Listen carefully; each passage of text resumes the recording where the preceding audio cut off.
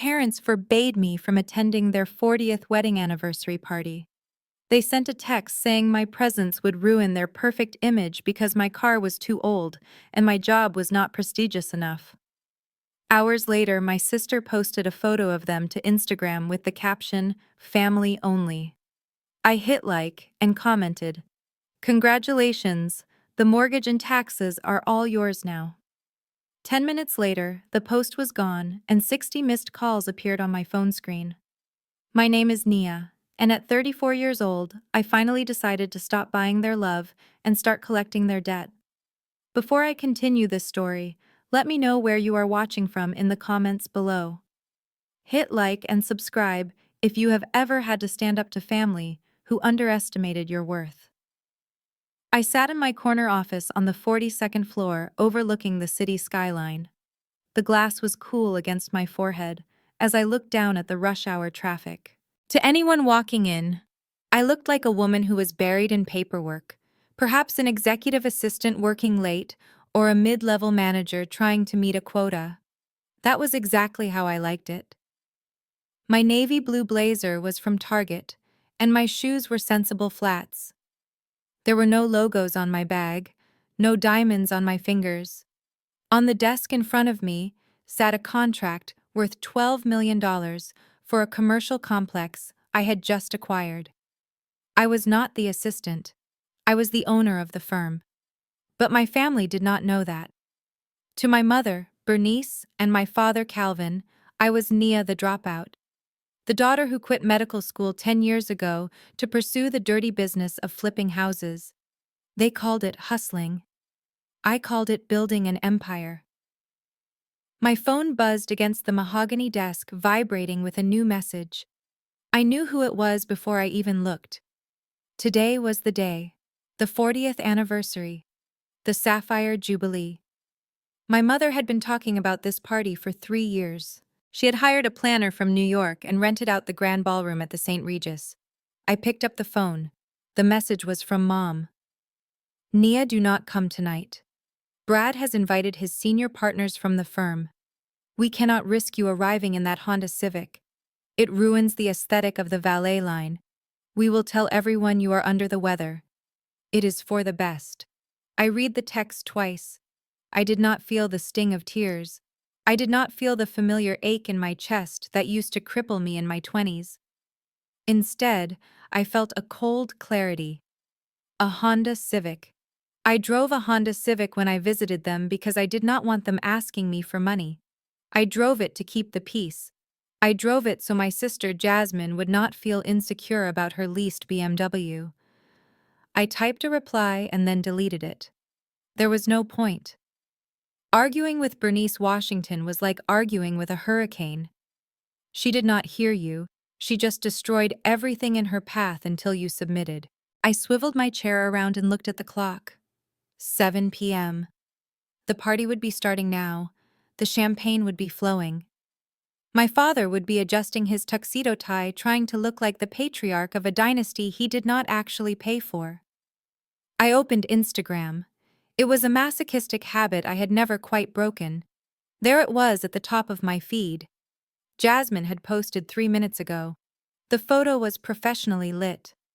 My parents sat on velvet throne chairs in the center.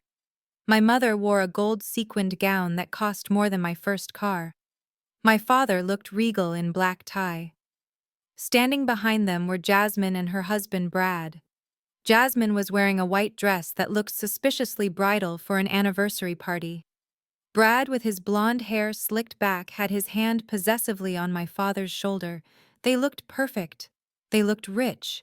They looked like the American dream. I read the caption. "Cheers to 40 years of Black excellence and legacy. Tonight we celebrate the pillars of our community. Family only. No negative energy allowed in this circle. Blessed. Family only. No negative energy." That was me. I was the negative energy. I was the one who asked why the electric bill was $3,000. I was the one who asked why Jasmine needed a new wardrobe for a vacation she could not afford. I was the negation of their fantasy because I was the one writing the checks that made the fantasy possible. My finger hovered over the screen. For 5 years, I had been the silent partner in their lives. When my father's hardware franchise went under, I bought the debt. When the bank threatened to foreclose on their 6-bedroom mansion in the hills, I stepped in. I set up a dummy corporation to buy the mortgage so they could keep the deed in their name. I paid the property taxes. I paid the country club dues so my father could play golf with the mayor. I paid for Jasmine's wedding to Brad because Brad said his assets were tied up in investments. I did it because I wanted them to love me. I did it because I wanted them to be proud. I did it because in our community, you take care of your own. But looking at that photo, looking at Brad's smug smile and my mother's triumphant gaze, I realized something. They did not love me. They loved the lifestyle I provided while simultaneously despising the work I did to provide it. I tapped the comment icon. My fingers moved calm and steady. Congrats on the milestone. Since it is family only, I assume you have got the bills covered too. The mortgage and property taxes are all yours, starting tomorrow. Enjoy the night. I hit post. I put the phone down on the desk and picked up my pen to sign the $12 million contract. I felt lighter. The air in the office seemed easier to breathe. 10 minutes passed. The phone did not just buzz, it convulsed. It danced across the desk as call after call flooded in. Jasmine. Mom. Dad. Jasmine again. Brad. 60 missed calls in 12 minutes. They were persistent, I had to give them that. I picked up the phone on the 61st ring. It was Brad. I answered and put it on speaker, setting it back down on the desk while I organized my files. Nia, have you lost your mind? Brad's voice was so loud it distorted the speaker. I could hear jazz music in the background and the hum of 100 conversations. He had stepped out of the ballroom, but not far enough. Hello, Brad. I hope you are enjoying the hors d'oeuvres. I heard the shrimp is excellent. Delete it. Delete it right now. Do you know who follows Jasmine? My boss follows Jasmine. The partners at the firm follow her. You are humiliating us. You are humiliating your parents on their big night. You jealous little witch.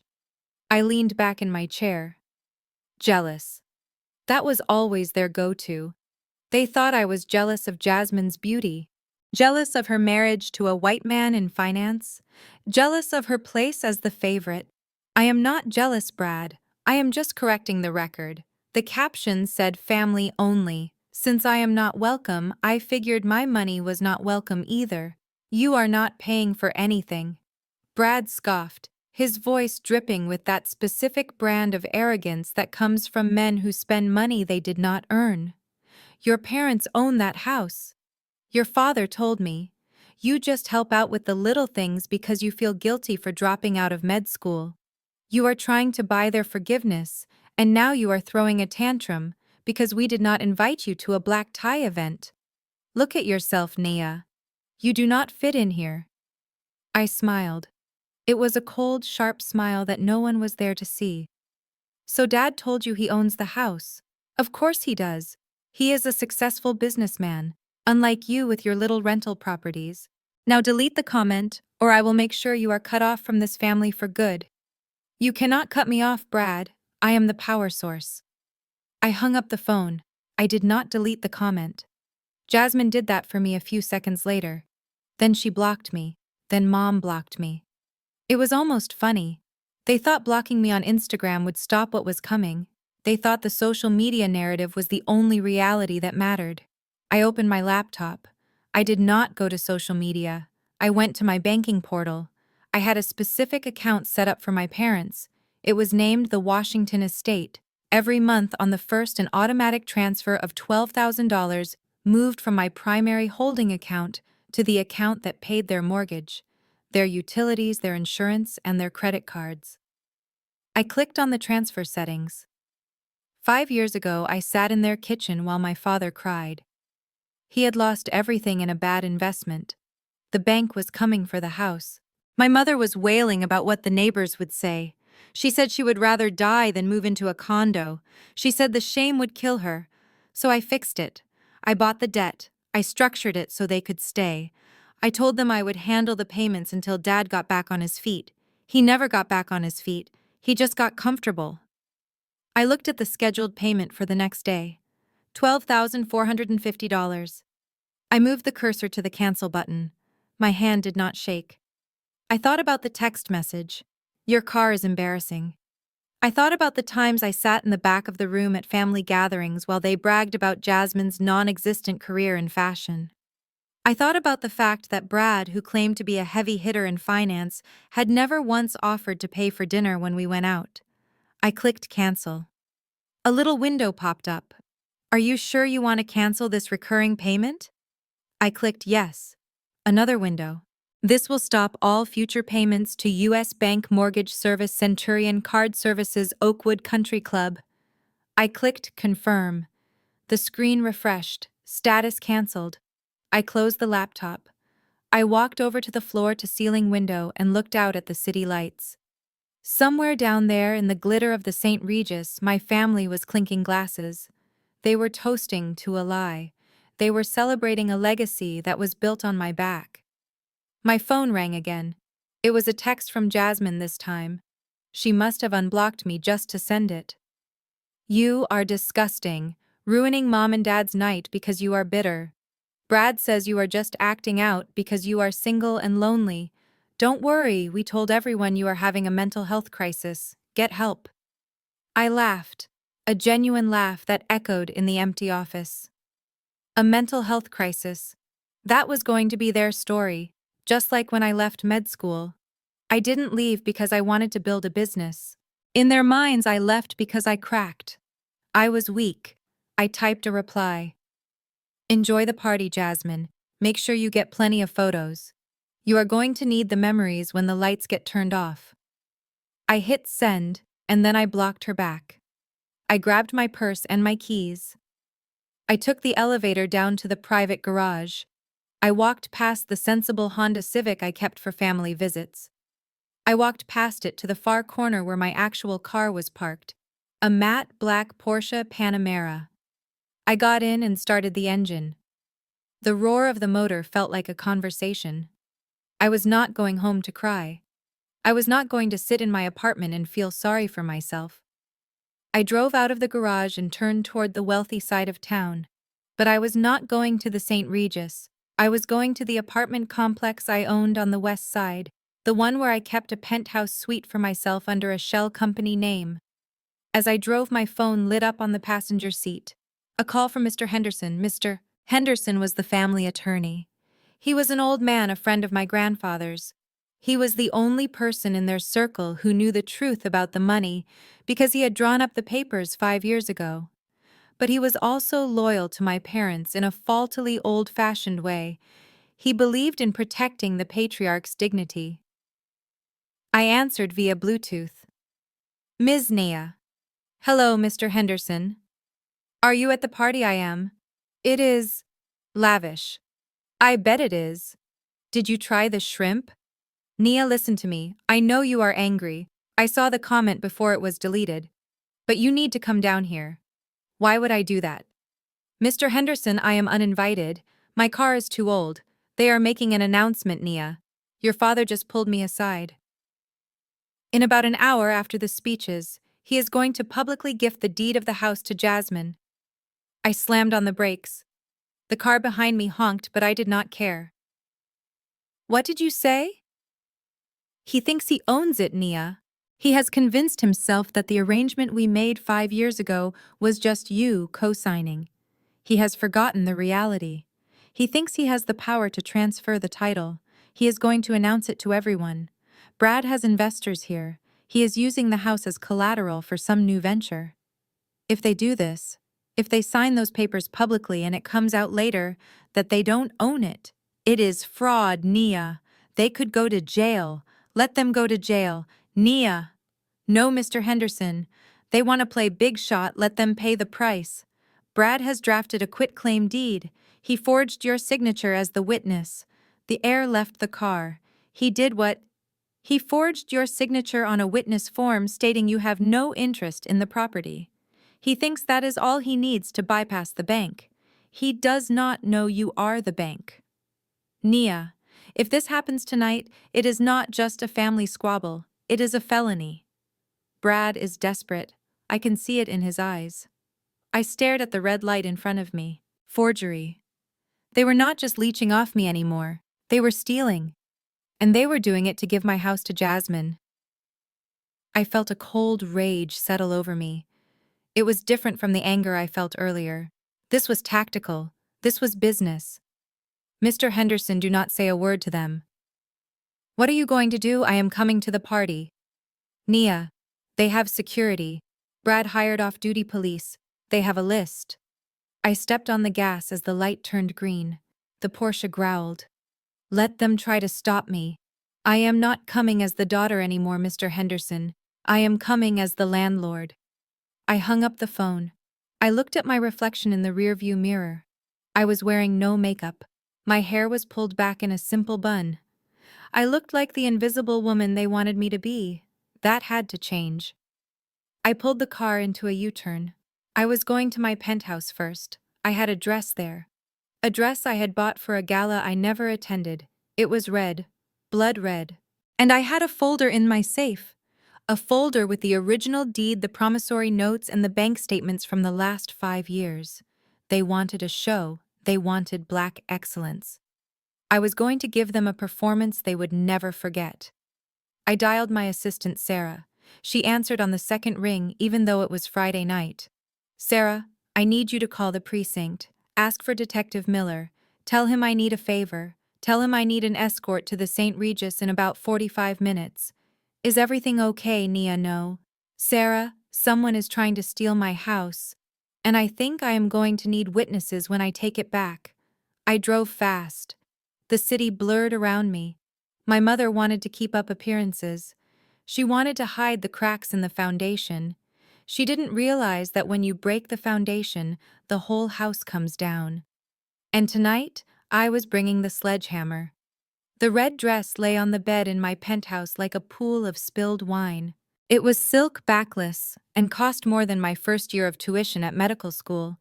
I stared at it, but my mind was not in the present. My mind was drifting back 5 years to a rainy Tuesday in November. The day the illusion of the Washington dynasty first cracked. I remember the smell of my parents' kitchen. It always smelled of lemon polish and expensive coffee. But that day, it smelled of fear. My mother Bernice was sitting at the granite island weeping into a silk handkerchief. My father Calvin was pacing the floor, his hands shaking as he held a letter from the bank. It was a foreclosure notice. Final warning. They had 30 days to vacate. I had just closed my first major commercial deal. I had cash liquid and ready. I drove over in my beat-up Honda Civic, the one I kept to avoid making them feel insecure, and walked into a funeral for their reputation. They were not crying about losing the home where they raised us. They were crying about the country club. They were crying about the neighbors. What will the Millers think? My mother wailed. She looked at me with red-rimmed eyes. Nia, you have to do something. You have always been the smart one. Fix this. They did not ask if I had the money. They did not ask how my business was going. They just assumed I would fix it because that was my role. The fixer. The scapegoat who cleaned up the mess, so the golden child Jasmine could keep shining. I sat them down. I told them I could buy the debt. I explained that the bank was willing to sell the non-performing note to me for a fraction of the cost because I had leverage. But there were conditions. I told them I would structure it as a life estate deed. It was a complex legal arrangement, but the basics were simple. I would hold the remainder interest, meaning the property was legally mine, but they retained the right to live there for their lifetime. To the outside world, the deed would still show their names in the public record associated with the property. They could still host their parties. They could still pretend they were the lords of the manor. But the financial reality was that they were tenants in a house I owned. My father had scoffed. He did not understand the terms. He just heard that he got to stay. So you are just co-signing, he said, waving his hand dismissively. Like a guarantor. I tried to correct him. I tried to explain that a life estate meant ownership transfer. But he cut me off. Fine, just handle the paperwork, Nia. We cannot lose this house. Jasmine is bringing Brad home for Christmas. We need the house. That was it. No thank you. No acknowledgement that I was pouring hundreds of thousands of dollars into their sinkhole of a mortgage. Just relief that they could keep lying to the world. I signed the papers. I paid the arrears. I set up the auto pay. And for 5 years, I let them play pretend. I let them treat me like a guest in my own building. The memory faded as my phone vibrated against the vanity table. I blinked, coming back to the cold reality of the present. The red dress was still there, but now my phone screen was lit up with a message from my father. I picked it up. The preview showed a wall of text. Calvin Washington never texted unless he was angry. You ungrateful child. I saw what you wrote before Jasmine deleted it. How dare you? How dare you try to embarrass us on our 40th anniversary? After everything we have done for you, we put a roof over your head. We gave you a name that opens doors. And this is how you repay us, by trying to shame us in front of Brad's partners. I scrolled down. The text continued. You are a disgrace, Nia. You always have been. You couldn't hack it in med school and now you are bitter because your sister is successful and happy. Do not bother coming around for Christmas. In fact, do not bother coming around at all until you learn some respect. I am this close to writing you out of the family history books entirely. You are dead to me tonight. Dead to him. I let out a dry laugh. It rattled in my empty apartment. He was threatening to disown me. He was threatening to cut me off from a family tree that was rotten to the root. He had absolutely no idea. He thought he was the king banishing an unruly subject. He did not realize he was standing on a trapdoor, and I was the one holding the lever. He truly believed his own lie. Over the last 5 years, he had convinced himself that the paperwork we signed was just a formality, a little help from his daughter to smooth over a rough patch. In his mind, he had paid for everything. In his mind, he was still the tycoon. The cognitive dissonance was staggering. He had rewritten history so effectively that he forgot who paid the electric bill every month. I started to type a response. I wanted to tell him everything. I wanted to scream through the text message that his suit, his car, his golf membership, and the very phone he was texting on were paid for by the daughter he just called a disgrace. But I stopped. Words were cheap. Calvin Washington did not respect words. He respected power. And he respected a spectacle. If I texted him now, he would just delete it and tell everyone I was crazy. He would spin it. He would say, poor Naya is off her meds again. No. He needed to see it. He needed to see the stamp on the deed. He needed to see the bank transfer records projected on a 10-foot screen. My phone rang again. It was not my father this time. It was Mr. Henderson, the lawyer. I picked up immediately. Nia, tell me you are on your way. I am getting dressed, Mr. Henderson. What is happening? It is worse than I thought. Mr. Henderson's voice was hushed. He must have been hiding in a bathroom or a coat closet at the St. Regis. I just overheard Brad talking to his personal attorney in the hallway. They are not just planning to give the house to Jasmine symbolically. They have a notary here, Nia. A notary, yes. Brad has drawn up a quitclaim deed. He has papers prepared that would transfer the property from your parents to Jasmine and himself as joint tenants. I frowned, looking at my reflection in the mirror. That is impossible, Mr. Henderson. A quitclaim deed only transfers the interest the grantor actually owns. Since my parents only own a life estate, they can only transfer the life estate. Jasmine would only own the right to live there until they die. She wouldn't own the property itself. The remainder interest is mine. That is the problem, Nia. Brad knows that. Or at least he suspects it. He is banking on the fact that the original filing 5 years ago was murky. He thinks he found a loophole. He believes that because you never moved in and never exercised any rights over the property, he can argue that your interest was abandoned or invalid. But that is not the worst part. What is the worst part? They have a document here, Nia. It has your signature on it. I froze. My hand gripping the phone turned white. I never signed anything, Mr. Henderson.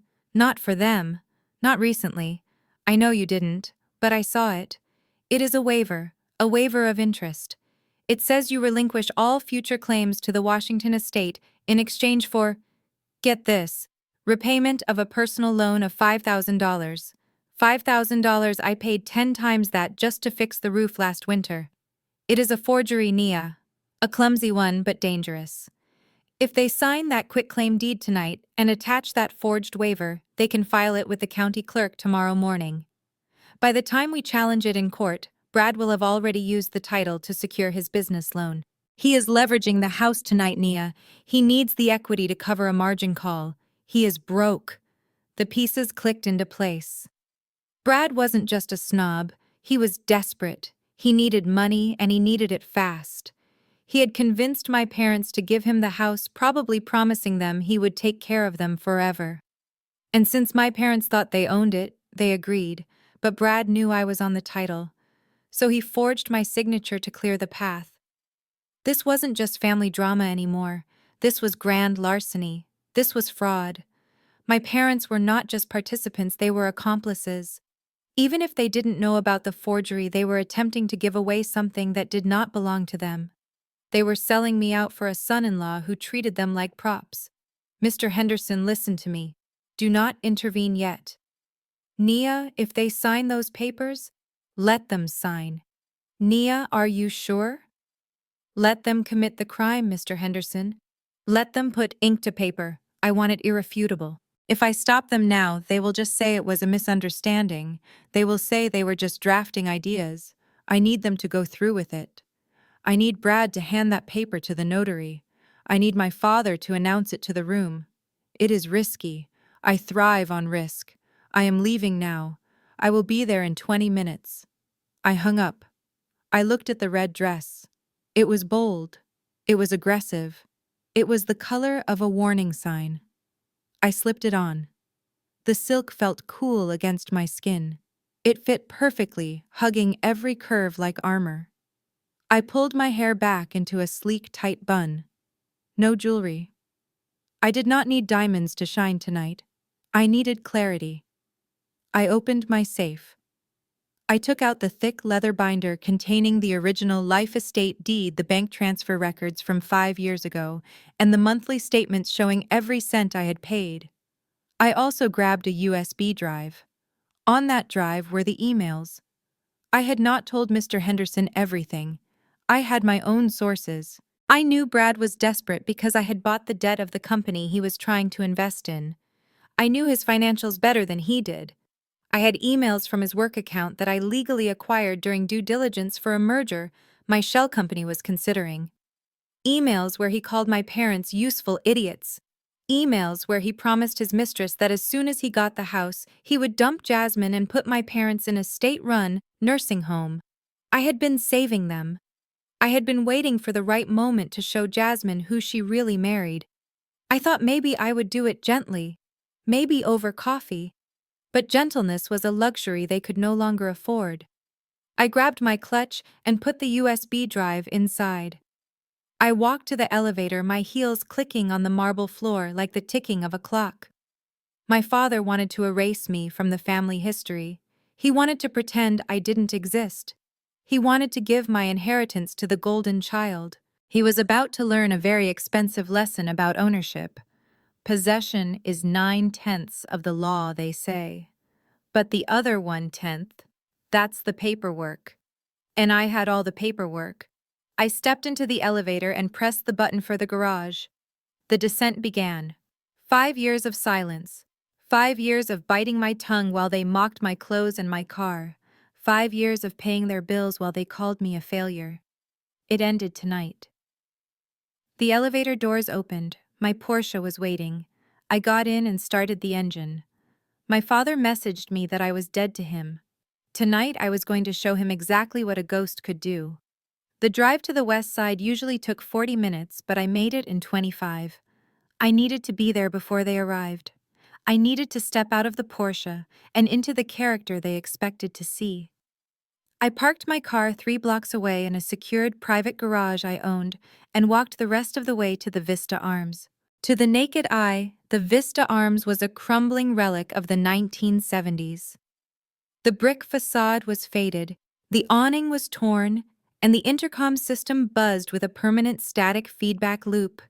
It was the kind of building where the elevator smelled like lemon cleaner and old carpet, and the lobby lights flickered whenever the subway rumbled underneath. It was the perfect stage for my performance. My family thought I rented Unit 4B. They thought I scraped by month to month, paying $1,200 for a one-bedroom with a radiator that clanked in the winter.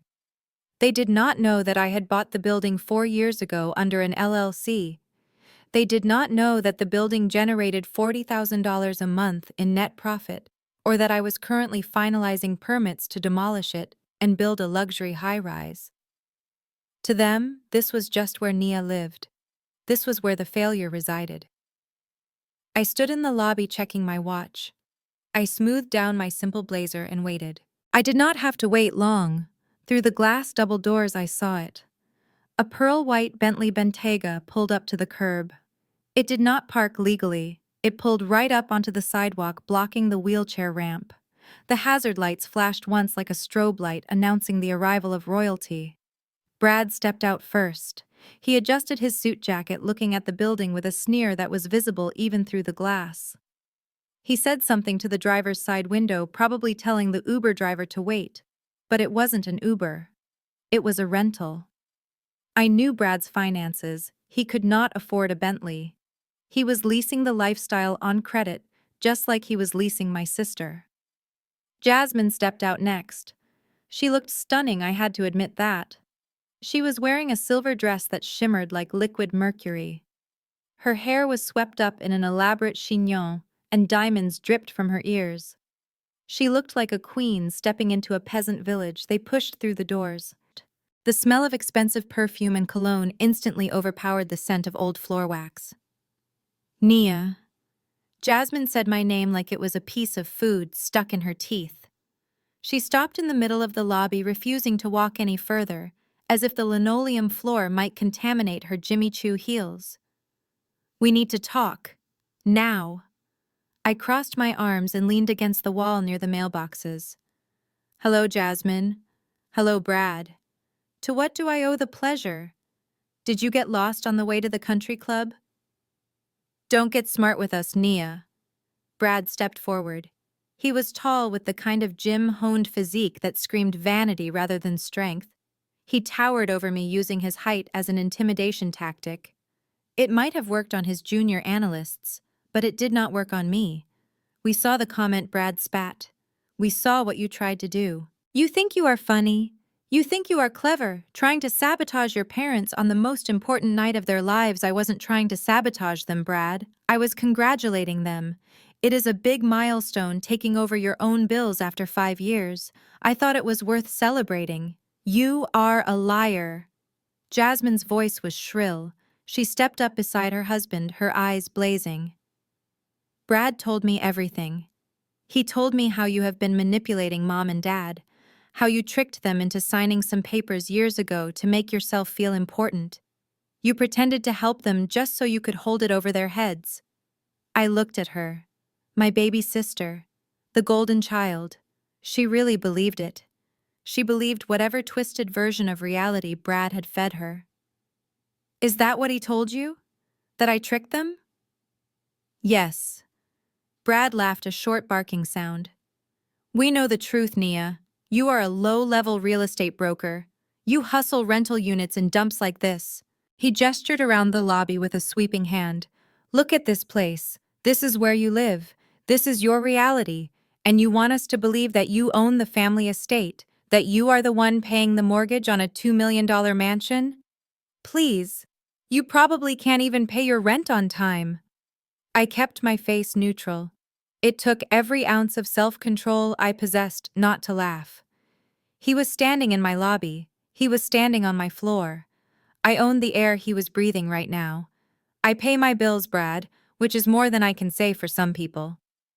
Excuse me, I know about the margin call, Brad. I know about the liquidity issues at your firm.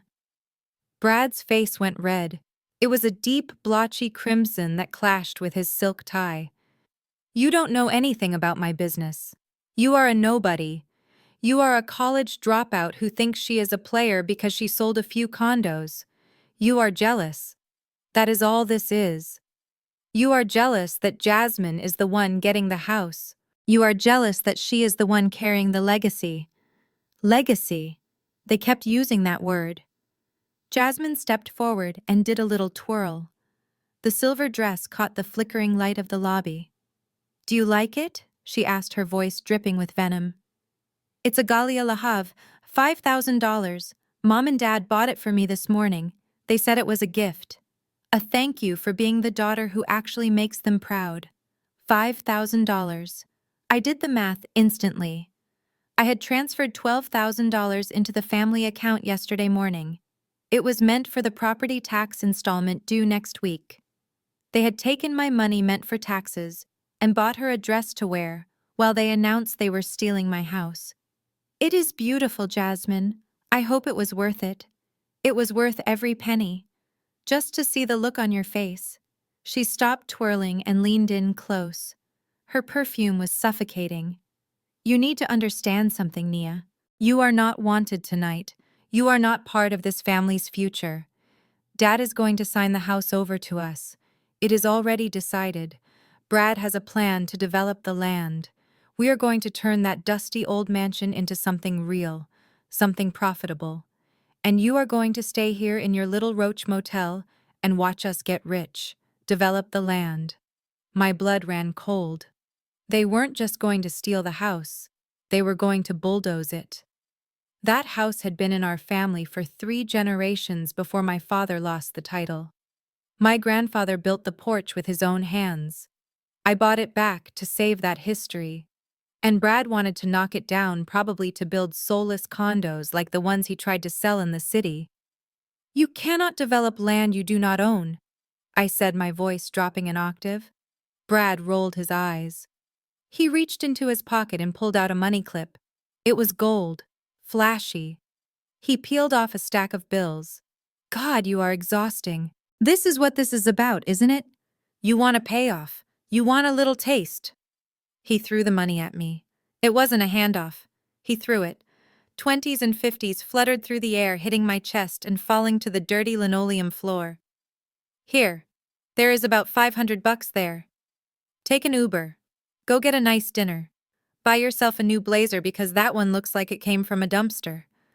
Just stay away from the St. Regis. Stay away from our lives. The bills settled on the floor around my feet. I looked down at the money. Then I looked up at Brad. He was smiling. It was the smile of a man who thought he had won. A man who thought money was the only power in the world and that he had more of it than anyone else. Jasmine was laughing. She covered her mouth with her manicured hand, but her eyes were cruel. Pick it up, Nia, she said. You know you need it. I did not move. I did not bend down. I looked Brad dead in the eye. Are you sure, Brad? Are you absolutely sure that Mom and Dad own that house?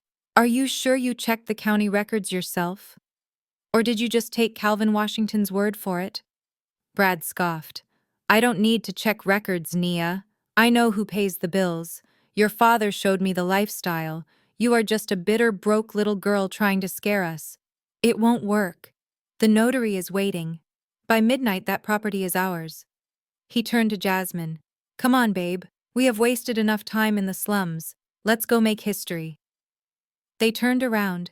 They walked back out the double doors, their shoes clicking loudly. They got into the white Bentley. I watched as Brad reversed off the sidewalk, nearly hitting a pedestrian, and sped away toward the downtown district. I stood alone in the lobby of the building I owned, surrounded by the money they had thrown at me. $500. They thought $500 was a lot of money. They thought it was enough to buy my dignity. Slowly, calmly, I bent down. I picked up every single bill. I stacked them neatly. I aligned the edges. I wasn't keeping it because I needed it. I was keeping it because it was evidence. It was the final insult. It was the receipt for the war they had just started. I put the money in my pocket. Then I pulled out my phone. I dialed a number I had on speed dial. Sarah. Nia. I thought you were heading to the party. I am, but I have a change of plans for Monday morning. Okay, what do you need? I need you to contact the legal department. Tell them to pull the file on the Vista Arms, the building you are standing in. Yes. I want you to prepare eviction notices. Eviction notices for which unit? For Unit 4B. My unit. But Naya, you are the tenant. You are evicting yourself. No, Sarah. I am not evicting myself. I am establishing a timeline. I am establishing that as of tonight, I am no longer playing the role of the struggling tenant. I am clearing the deck. Okay. I will draft it. Is there anything else? Yes. Prepare a foreclosure notice. Foreclosure. On what property? On 4500 Highland Drive, the Washington Estate. There was a silence on the other end of the line. Sarah knew that address. She knew who lived there. Nia. Are you sure that is your parents' house? Not anymore, Sarah. As of 10 minutes ago, they are squatters. They just violated the verbal lease agreement. They bit the hand that fed them. I want the notice drafted tonight. I want it ready to be served the second the courthouse opens on Monday. And Sarah, yes, Nia, call the towing company. The towing company, yes. There is a white Bentley Bentayga parked in the valet lot at the St. Regis. I happen to know the leaseholder is in default. I bought the debt on his car note 3 weeks ago through our subsidiary. I was holding off as a courtesy. You want me to repo your brother-in-law's car? I want you to repo it while he is eating dessert. Understood. Consider it done. I hung up the phone. I looked around the lobby one last time. It really was a dump. I needed to tear it down. I needed to build something new, just like I needed to tear down the lie my family had been living. I walked out the door. The air outside was cold, but I didn't feel it. I felt the heat of the red dress under my coat. I felt the weight of the USB drive in my purse. Brad wanted to play big shot. He wanted to throw money around. He didn't know that he just threw chump change at a woman who could buy and sell him before breakfast. I walked to my car. The time for talking was over. The time for hiding was over. I was going to the party. And I wasn't taking an Uber. While I was navigating the city streets in my Porsche, listening to the hum of the engine and the beating of my own heart, a very different scene was unfolding across town. My phone began to ping with notifications, not text messages or missed calls, but banking alerts. Transaction declined, Le Chateau Spirits, $2,400. Transaction declined, Le Chateau Spirits, $500. Transaction declined, Le Chateau Spirits, $50. I glanced at the screen and a small, satisfied smile touched my lips. I knew exactly where my parents were. I knew exactly what was happening. And even though I was miles away, I could see it as clearly as if I were standing right next to them. My father Calvin and my mother Bernice had slipped away from their own anniversary party. It was a classic move for them. They likely realized that the champagne supply provided by the catering package was not up to the standards of Brad's senior partners. They needed to impress. They needed the vintage Dom Perignon, the kind that costs $300 a bottle. So they had driven the short distance to the city's most exclusive liquor store, probably in my father's leased Mercedes, assuming that the plastic card in his wallet would solve the problem just like it always did. I could imagine them walking into the store. My mother in her gold sequined gown trailing fabric across the floor, looking down her nose at the other customers. My father adjusting his tuxedo tie, acting like he owned the place. They would have summoned the manager immediately, demanding the reserve list. They would have piled the counter high with bottles, ignoring the prices, because price tags were for poor people, and tonight they were the royalty of the Washington dynasty. They would be laughing, talking loudly about the gala back at the hotel, making sure everyone in the store knew they were hosting the event of the season. They were high on the adrenaline of the night, high on the lie they were living. And then they reached the register. The clerk would have rung everything up. $2,400. A staggering amount for alcohol, but a small price to pay for the illusion of wealth. My father would have reached into his wallet with a flourish. He would have pulled out the heavy black American Express card. It had his name on it. Calvin Washington. But it was not his account. It was an authorized user card linked directly to my primary business holdings. For 5 years, that card had been his magic wand. He waved it and problems disappeared. He waved it and he felt like a man. I could see him handing it to the clerk with a dismissive nod, barely making eye contact. Beep! The sound of rejection. The clerk probably tried it again, maybe wiped the chip, maybe typed the numbers in manually. Declined. My phone buzzed again on the passenger seat. Security alert. Card frozen due to reported loss. I pictured the scene shifting, the line of customers behind them shifting from admiration to annoyance, the clerk looking uncomfortable, my mother's smile faltering, her eyes darting around to see if anyone noticed. My father would be getting indignant now. He would be raising his voice. Do you know who I am? There must be a mistake with your machine. Run it again. He would pull out another card. My mother's card. Also an authorized user on my account. Declined. The silence in that store must have been deafening. The kind of silence that strips you naked. The kind of silence where you can hear the fluorescent lights humming and the judgment of strangers settling on your skin like dust. My phone rang. The screen displayed Dad. I let it ring 3 times. I wanted him to sweat. I wanted him to feel the weight of the wallet in his pocket that was suddenly full of useless plastic. I answered on the 4th ring, connecting it to the car's speaker system. Hello, Father. Nia. His voice was an explosion of sound filling the cabin of my car. He was screaming. He wasn't just angry, he was panicked. I could hear the high pitch of fear underneath the rage. What did you do? What did you do to the cards? I merged onto the highway, keeping my voice perfectly level. I am driving, Dad. You will have to be more specific. Don't play games with me, girl. I am standing at the counter at Le Chateau. I have 3 cases of vintage champagne on the counter and the card is declining. Both cards are declining. The machine says refer to issuer. What did you do? Oh, that. I paused, checking my blind spot. I reported those cards lost this morning. You did what? I reported them lost. Actually, I reported them stolen. I realized that I had given them to people who didn't appreciate the value of money, so I decided to cut the liability. You listen to me, Nia. You unlock these cards right now, right now. Do you hear me? I have people waiting. Brad's investors are waiting. We need this champagne. You are humiliating me. You are killing my honor. Your honor. I laughed. It was a cold, sharp sound. Your honor was bought and paid for by me 5 years ago, Dad. You don't have honor. You have a credit limit, and you just hit it. Nia, stop this foolishness. Fix it. The clerk is staring at me. There are people in line. Fix it or so help me God I will. You will what, Dad? You will disown me. You already did that via text message, remember? You said I was dead to you. Ghosts don't pay bills, Dad. Ghosts don't buy champagne. Nia, please. My mother's voice came on the line.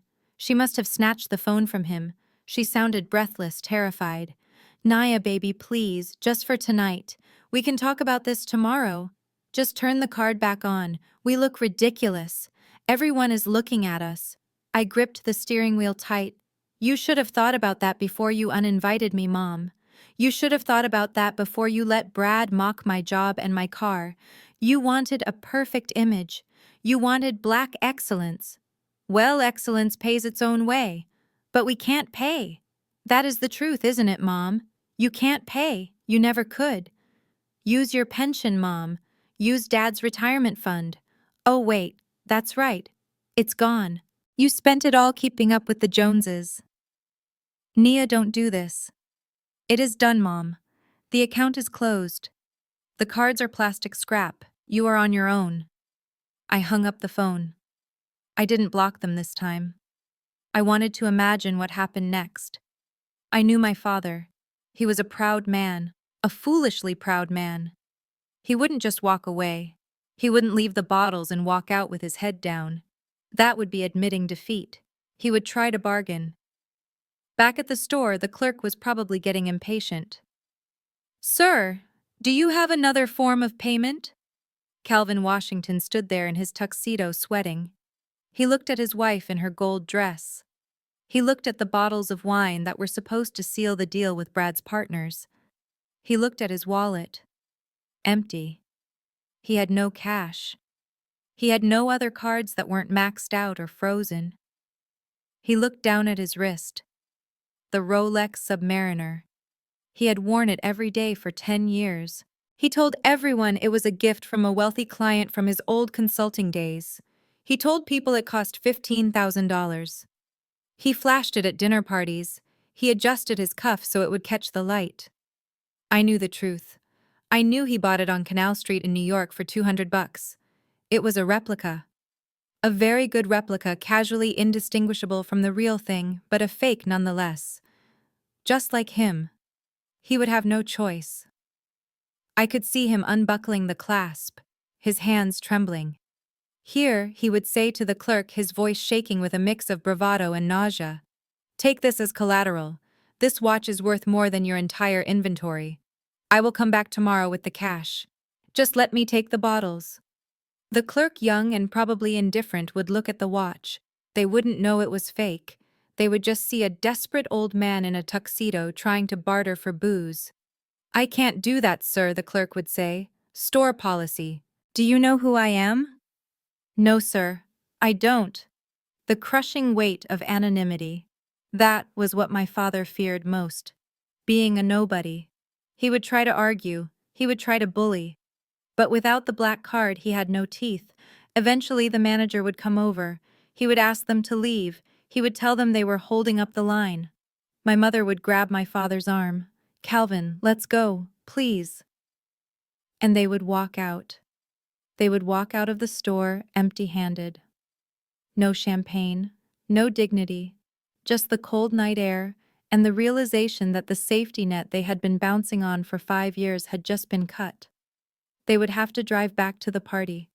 They would have to walk into that ballroom and explain why the glasses were empty. They would have to look Brad in the eye. But worse than that, fear was beginning to set in. Real fear. Because if the credit card didn't work, what else wouldn't work? The mortgage, the electricity, the water, the car lease. For the first time in 5 years, the silence in that Mercedes wasn't comfortable. It was the silence of a bomb counting down. They weren't just embarrassed. They were realizing that they were exposed. They were realizing that Nia, the quiet daughter, the disappointment, was the only thing standing between them and the street. And they had just spit in her face. I pulled the Porsche up to the valet stand at the St. Regis. The valet looked at the car. He looked at me. He opened the door with a reverence my father would have killed for. "Welcome to the St. Regis, ma'am. Thank you." I stepped out. The red dress flowed around my legs. I handed him the keys. "Keep it close. I won't be staying long." I walked toward the revolving doors. My parents were probably 10 minutes behind me, stuck in traffic, in a car they couldn't afford to refuel, arguing about whose fault it was. I checked my reflection in the glass doors. I looked like a woman who owned the place, and in a few minutes I was going to prove that I owned them too. I walked into the lobby. The music drifted out from the ballroom. Laughter. Clinking glasses. It sounded like a celebration. It sounded like a finale. Inside the St. Regis, the atmosphere was thick with the scent of expensive lilies and the heavy weight of pretension. The Sapphire Jubilee was in full swing, and to the casual observer, it looked like the crowning achievement of the Washington dynasty. My parents had spared no expense, or rather they had spared no expense of mine. Crystal chandeliers dripped light onto the tables set with fine china and silver. A live jazz quartet played soft, inoffensive music in the corner, providing a soundtrack to the lie my family was spinning. The guests were the cream of the city's social hierarchy. There were doctors, lawyers, local politicians, and the church deacons who sat in the front row every Sunday. These were people who measured worth by the cut of a suit and the address on a business card. They were here to kiss the ring of Calvin Washington, the patriarch who had seemingly weathered every storm and come out on top. They didn't know the ring was cubic zirconia, and the patriarch was destitute. My mother Bernice had recovered from the incident at the liquor store with the terrifying resilience of a narcissist. She had returned to the party empty-handed, but she had spun it into a triumph. I watched from the shadows of the arched entryway unseen and unannounced as she worked the room. She was a master at this. She glided from group to group, her gold-sequined dress catching the light, clutching a glass of the house Prosecco as if it were the vintage champagne she had failed to buy. She stopped at a table near the center where Mrs. Gable, the wife of the city councilman, held court. I could hear every word. The acoustics of the ballroom were designed to carry voices, and my mother wanted to be heard. "Bernice, darling, the party is exquisite," Mrs. Gable gushed, her diamonds flashing. "But we were hoping to see both of your girls. Jasmine looks stunning, of course, but where is Nia? We haven't seen her in ages." My mother sighed, a long, tragic sound that drew the sympathy of everyone within a 10-foot radius.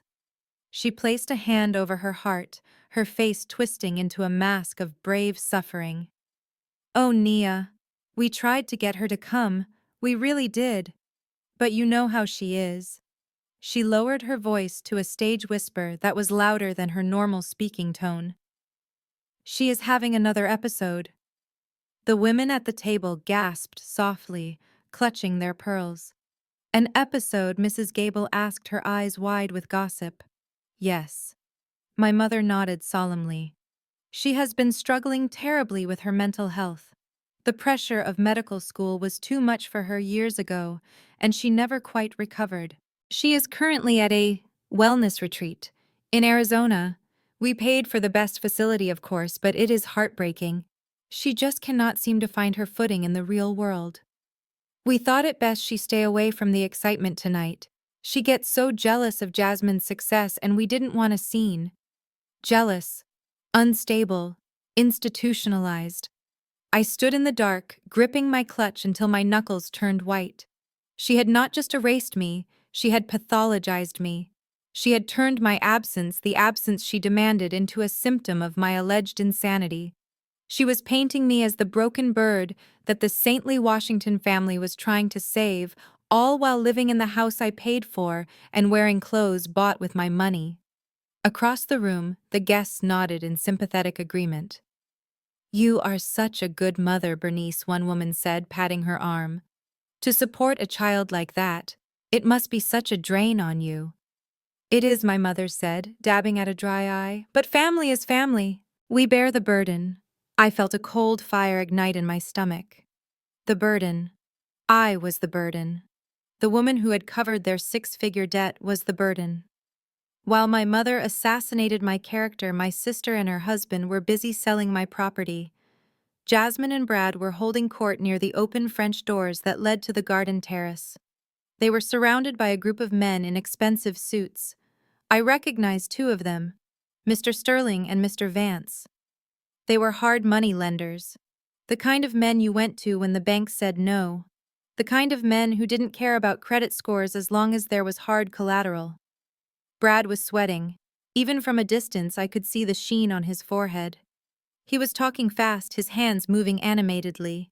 He was desperate. "Gentlemen, look around you," Brad was saying, gesturing to the opulence of the party. "This is the legacy we are talking about. The Washington estate is not just a house. It is a landmark. 6 bedrooms, 4 acres in the hills. It has been appraised at $2.5 million conservatively." Mr. Sterling took a sip of his drink, looking unimpressed. "It is a nice house, Brad, but we need title. We need security. You have been promising us this equity for months to cover your position in the tech startup. The deadline is Monday." "It is done," Brad insisted, his voice pitching up. "It is happening tonight. My father-in-law is signing the quitclaim deed immediately after the speeches.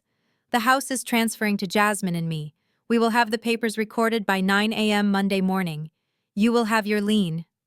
Jasmine chimed in, slipping her arm through Brad's.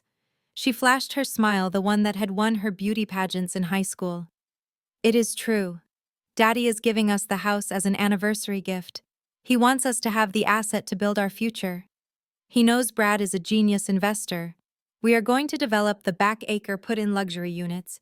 It is pure profit, Mr. Vance looked at Jasmine, then at Brad. And the sister.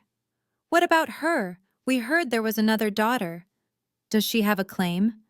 Brad laughed. It was a nervous sound. Nia, please. She is a non-factor. She signed a waiver years ago. She is... Well, let's just say she isn't competent to manage assets. She lives in some rental rat hole downtown. She doesn't even know what the house is worth. She is out of the picture. Out of the picture. They were literally selling the roof over my parents' heads to loan sharks based on a lie and a forgery. And they were using my alleged incompetence as the closing argument. I had heard enough. I turned away from the ballroom and walked back out the front entrance. The valet jumped to attention when he saw me. Leaving already, ma'am. Not leaving, I said, my voice steady and calm. Making an entrance. I took my keys from him. I got back into the Porsche. I didn't drive away.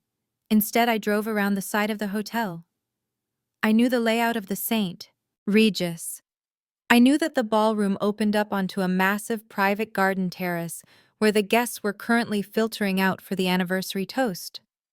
There was a service gate, a wide wrought iron double gate, used for catering trucks and event setups. It was currently closed, but not locked. I pulled the Porsche up to the gate. I could see them through the iron bars. The entire party had moved outside for the cool night air. My father was standing on a raised platform holding a microphone. My mother was next to him, beaming. Jasmine and Brad were standing slightly behind them, looking like the princes in waiting. My father tapped the microphone. The feedback squeal silenced the crowd. Friends, family, distinguished guests. My father began, his voice booming with unearned authority. 40 years. 40 years of blood, sweat, and tears to build this family. We started with nothing, and tonight we stand here as a testament to what hard work and family values can achieve. The crowd applauded. My mother preened. We have faced challenges, my father continued, but we have always overcome them because we stand united. And tonight, as we look to the future, we want to pass the torch. We want to ensure that the Washington legacy continues with strength and vision. Brad nudged Jasmine. This was it. This was the moment. I shifted the Porsche into drive. My father raised a hand. That is why tonight, Bernice and I are making a historic announcement. We are gifting the family estate, the symbol of our success, to the daughter who has always stood by us, the daughter who represents the best of us. He reached for a folder that Brad was holding out to him. The quitclaim deed. I hit the button for the high beams. I revved the engine. The sound was a guttural roar, a mechanical scream that tore through the polite silence of the garden party. Then I floored it. I didn't ram the gate. I stopped inches from it. But the visual was violent enough. The twin beams of the Porsche's LED headlights cut through the darkness like searchlights. They blinded the crowd. They illuminated the stage in a wash of stark, aggressive white light. My father froze hand halfway to the folder. My mother shielded her eyes, screaming. Guests dropped their glasses. The jazz band stopped playing. For a moment there was only the blinding light and the low growl of my engine. I opened the driver's side door. I stepped out. The red dress was a splash of blood against the black car. I didn't walk. I marched. I pushed the iron gates open with a clang that echoed like a gunshot. Silence fell over the garden. Absolute terrified silence. I walked into the light. I walked past the stunned investors. I walked past Mrs. Gable, whose mouth was hanging open. I walked straight down the center aisle toward the stage. My father squinted, trying to see who was invading his moment.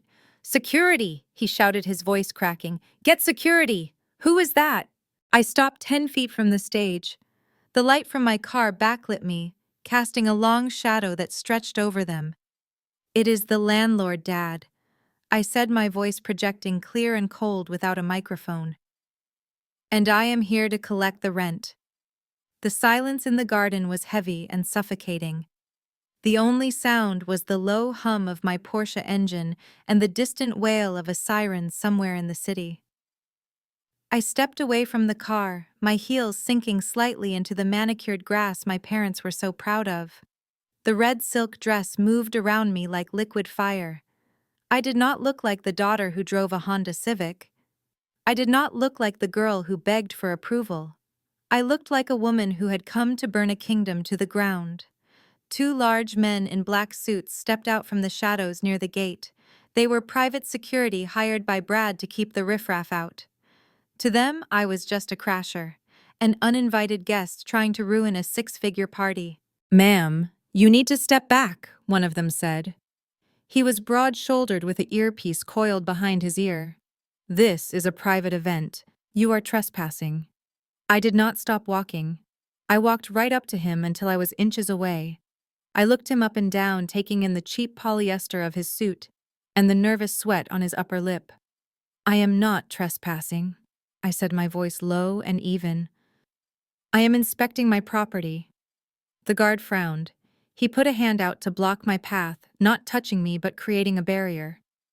"Ma'am, I am going to have to ask you to leave. The hosts have a strict guest list.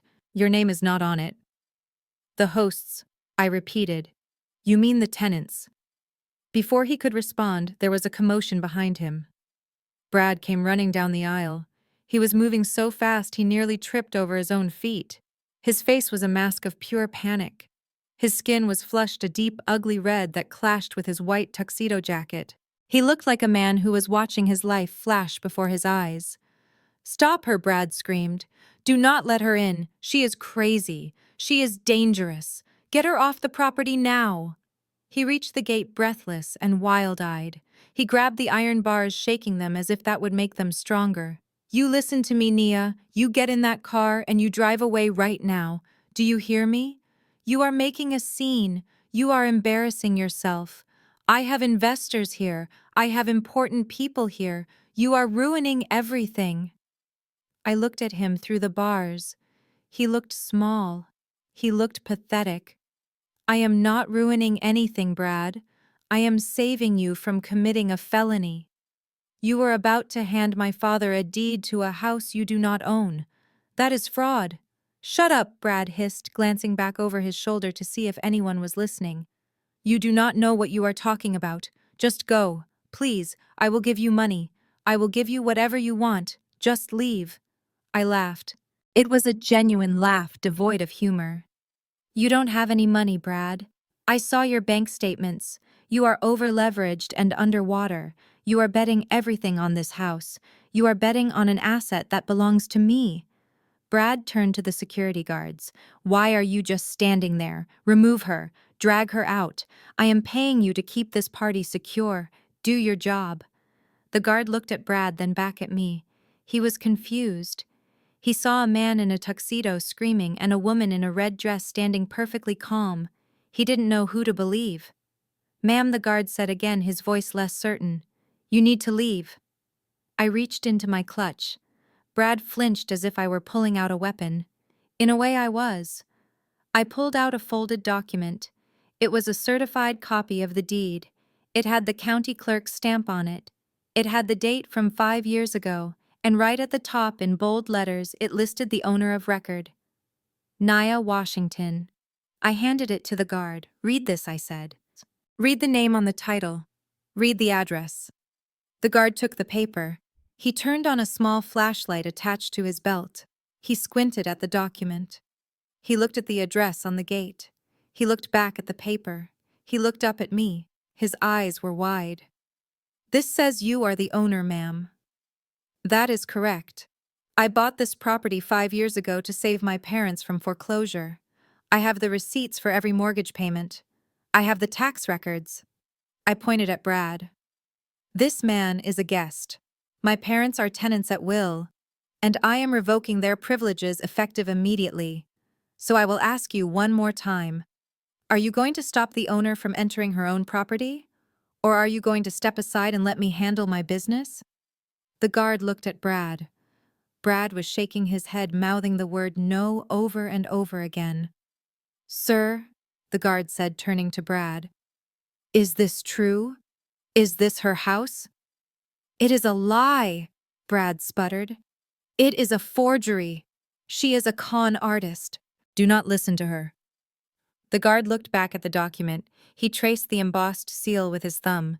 He knew what a real legal document felt like. He looked at Brad's sweating face. He made a decision. He stepped back. He motioned to his partner. Open the gate. No. Brad screamed. You cannot do this. You work for me. I work for the property owner, sir. The guard said, his voice flat. And the paperwork says that is her.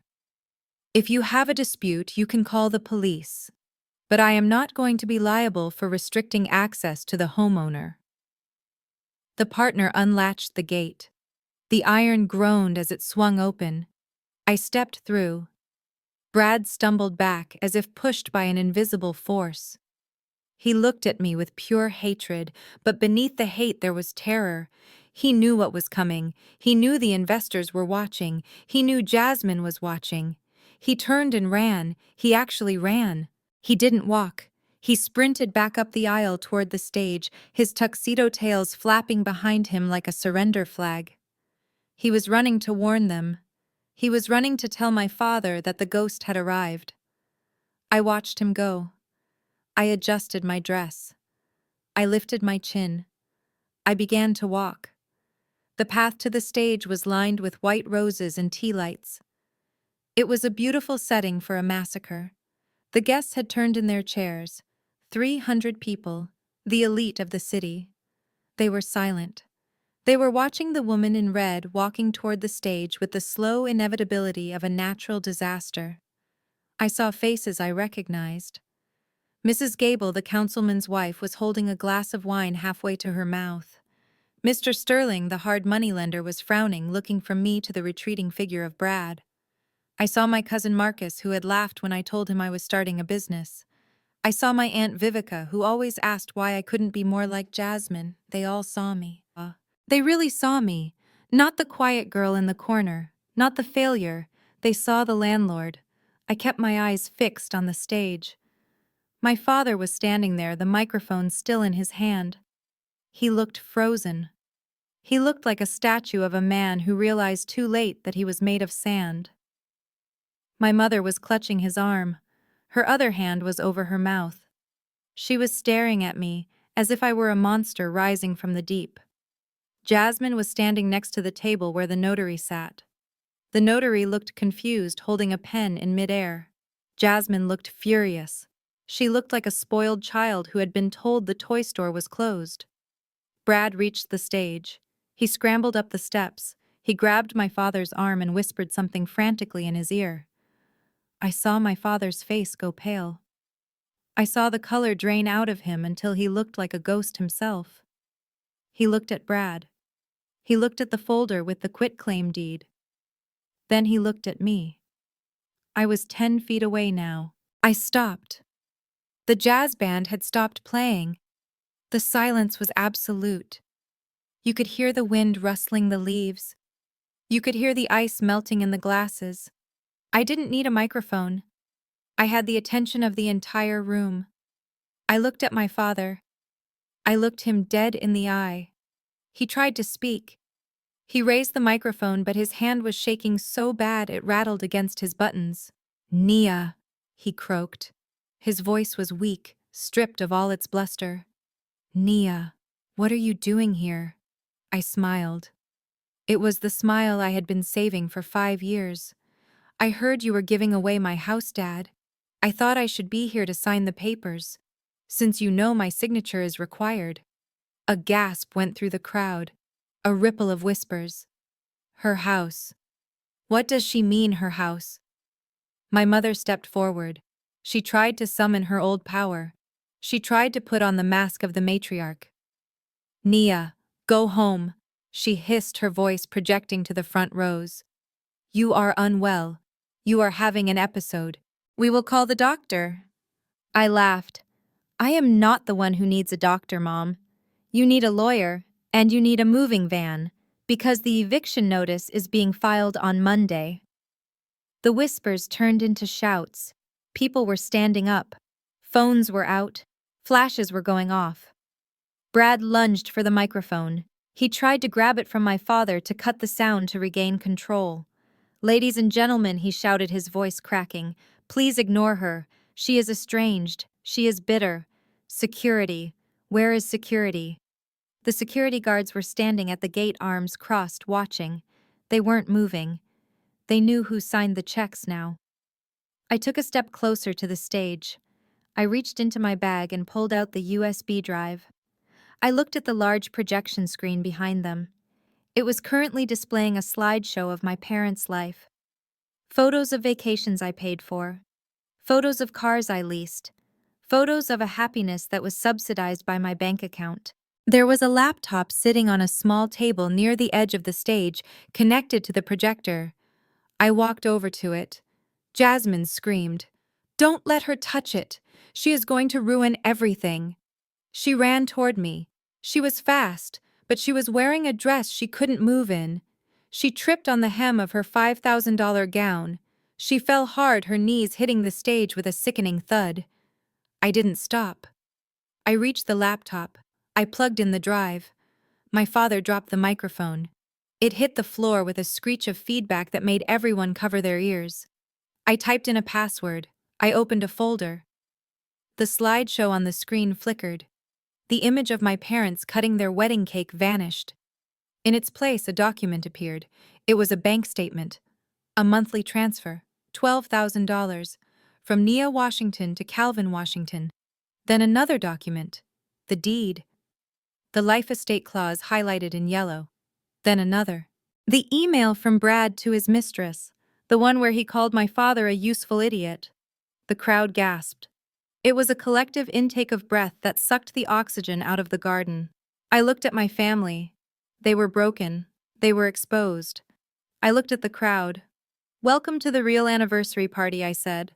"I hope you enjoy the show." The silence that had fallen over the garden was heavy enough to crush a lesser man. But my father, Calvin Washington, was not a lesser man. He was a desperate one. I watched him from my position in the center aisle, 10 feet away from the stage. I saw the moment the panic in his eyes hardened into denial.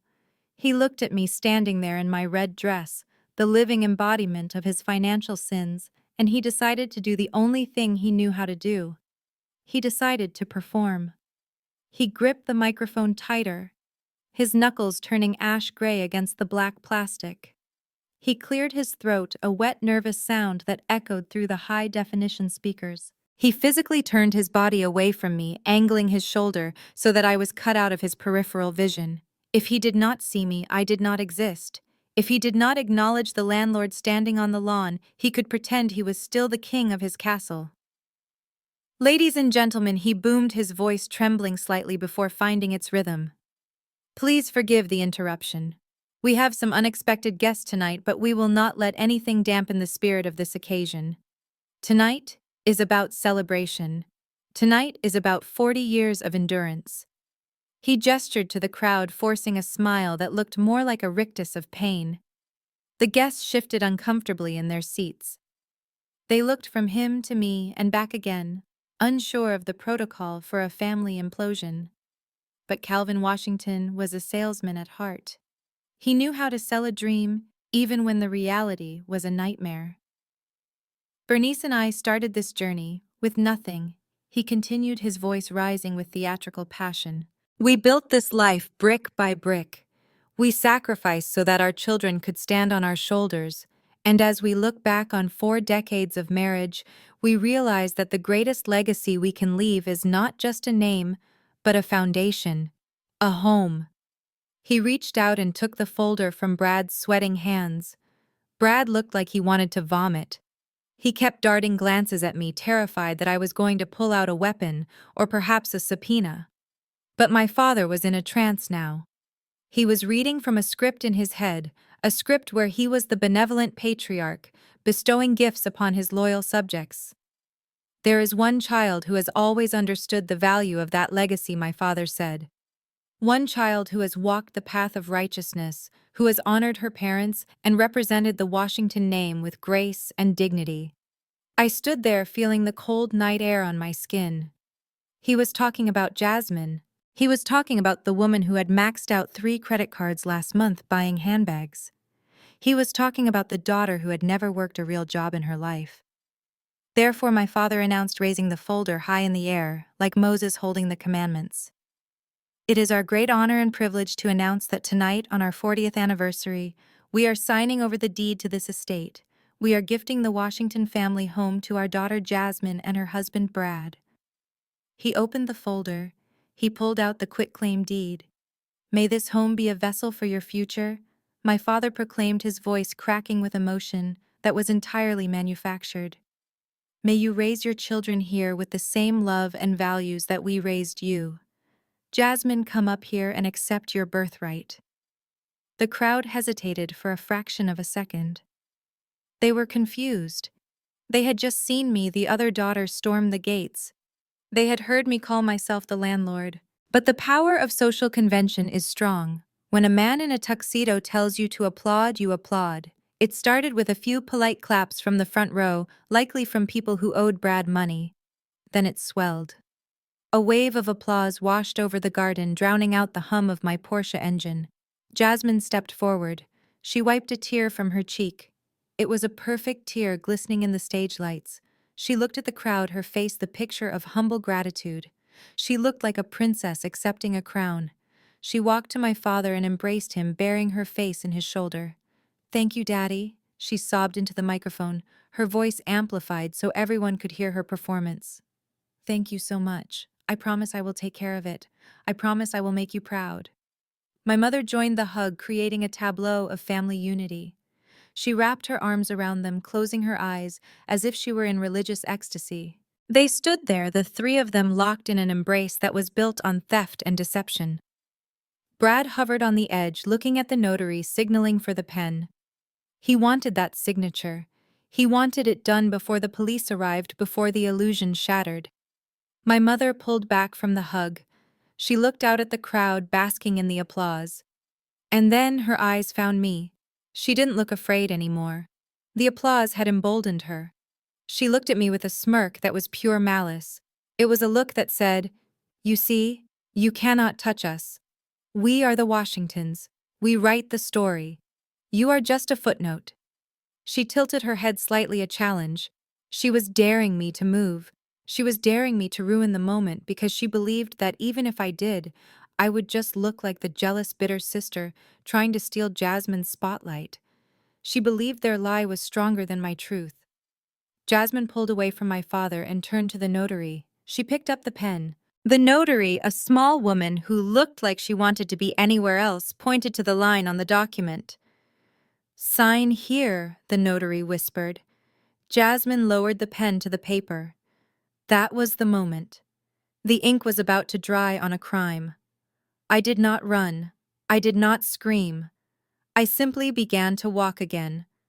I walked up the 3 steps to the stage. My heels clicked loudly on the wooden platform. The sound cut through the applause like a knife. Jasmine froze the pen, hovering millimeters from the page. She looked up at me, her eyes wide with shock. She hadn't expected me to actually come up there. She thought the social pressure would keep me in the grass. I walked past her. I didn't even look at her. I walked straight to my father. He backed away from me. He stumbled slightly, his heel catching on a cable.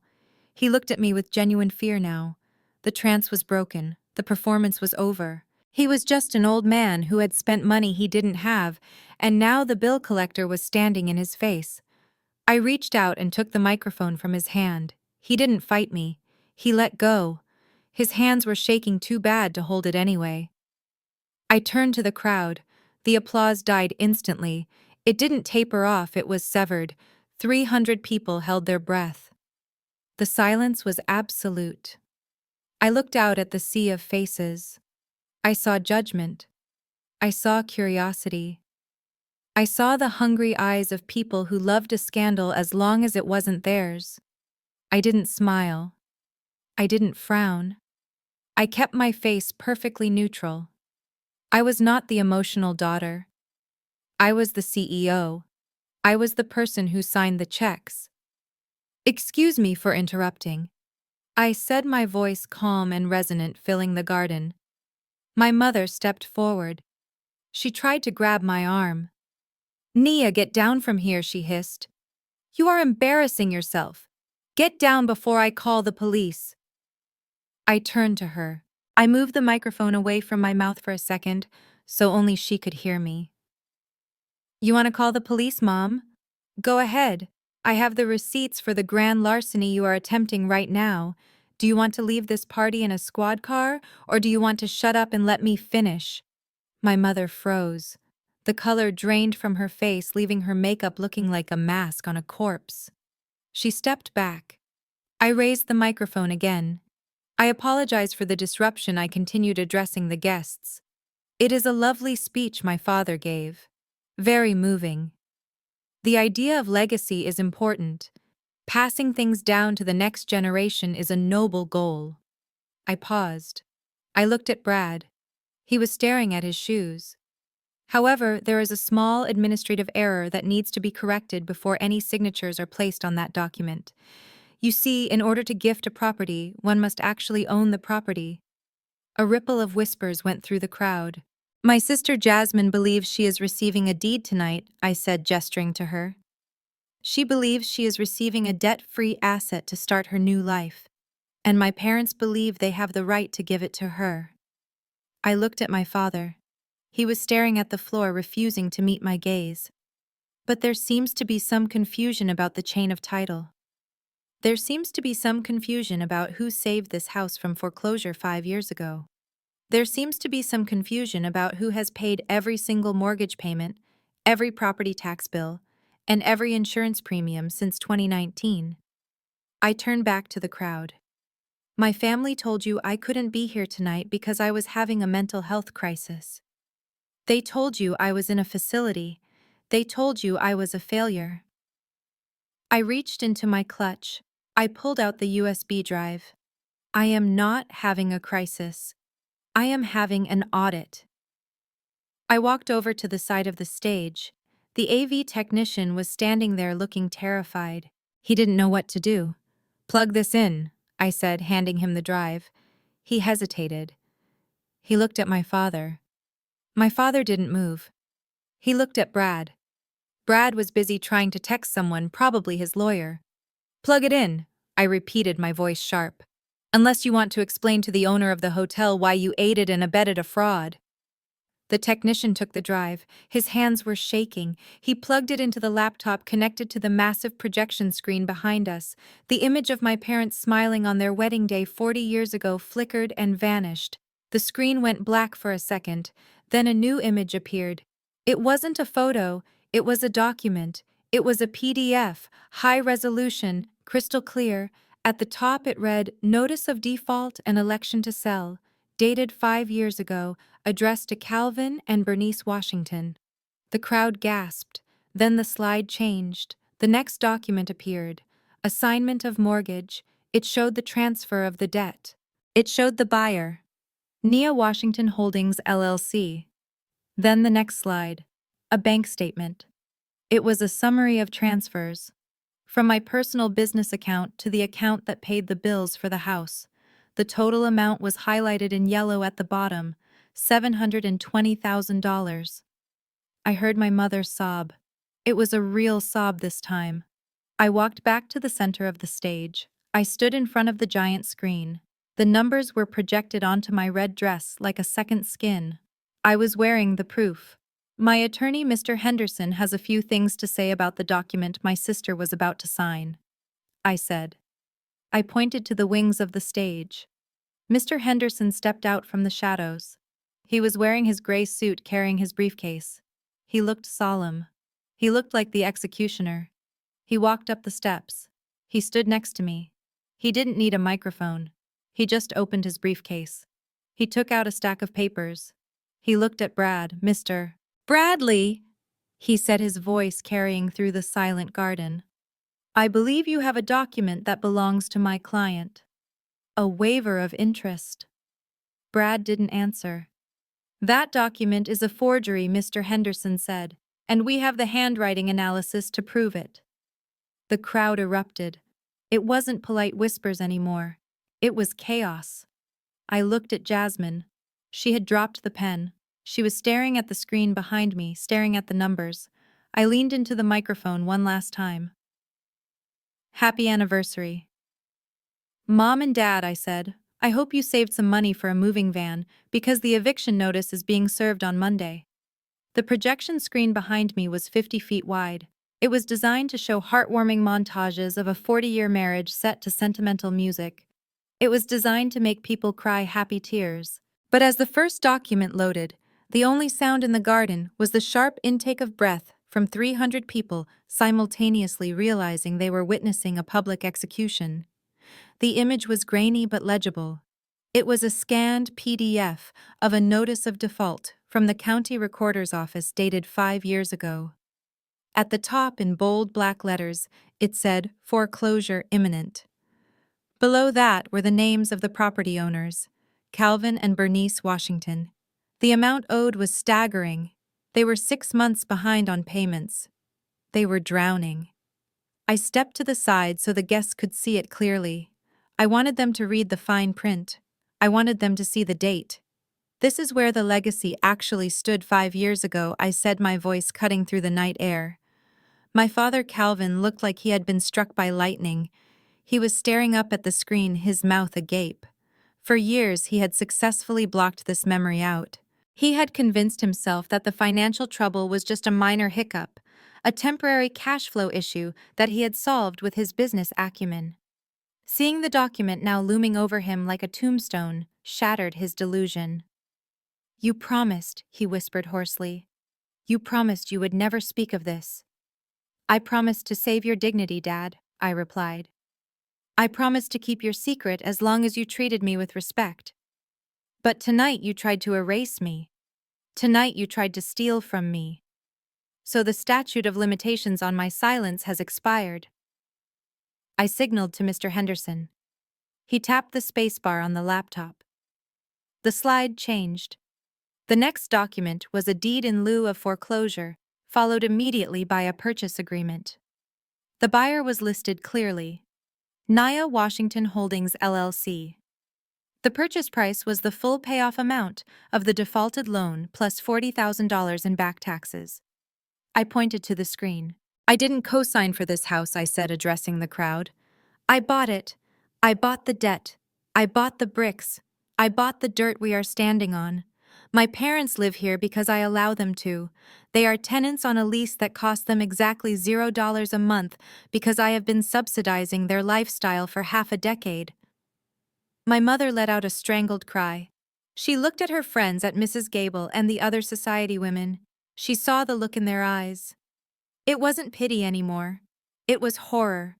They were realizing that Bernice the Queen Bee was a charity case. They were realizing that every dinner party, every gala, every boast about their wealth was a lie paid for by the daughter she kept hidden in the shadows. "Bernice," Mrs. Gable said, her voice trembling. "Is this true? Does your daughter own your home?" My mother couldn't answer. She just wept, burying her face in her hands, trying to hide from the light of the projector. But I wasn't done. The house was just the beginning. The house was the shell. I needed to show them the rot inside. "Next slide," I said. Mr. Henderson hit the key. The screen filled with rows and columns. It was a bank statement.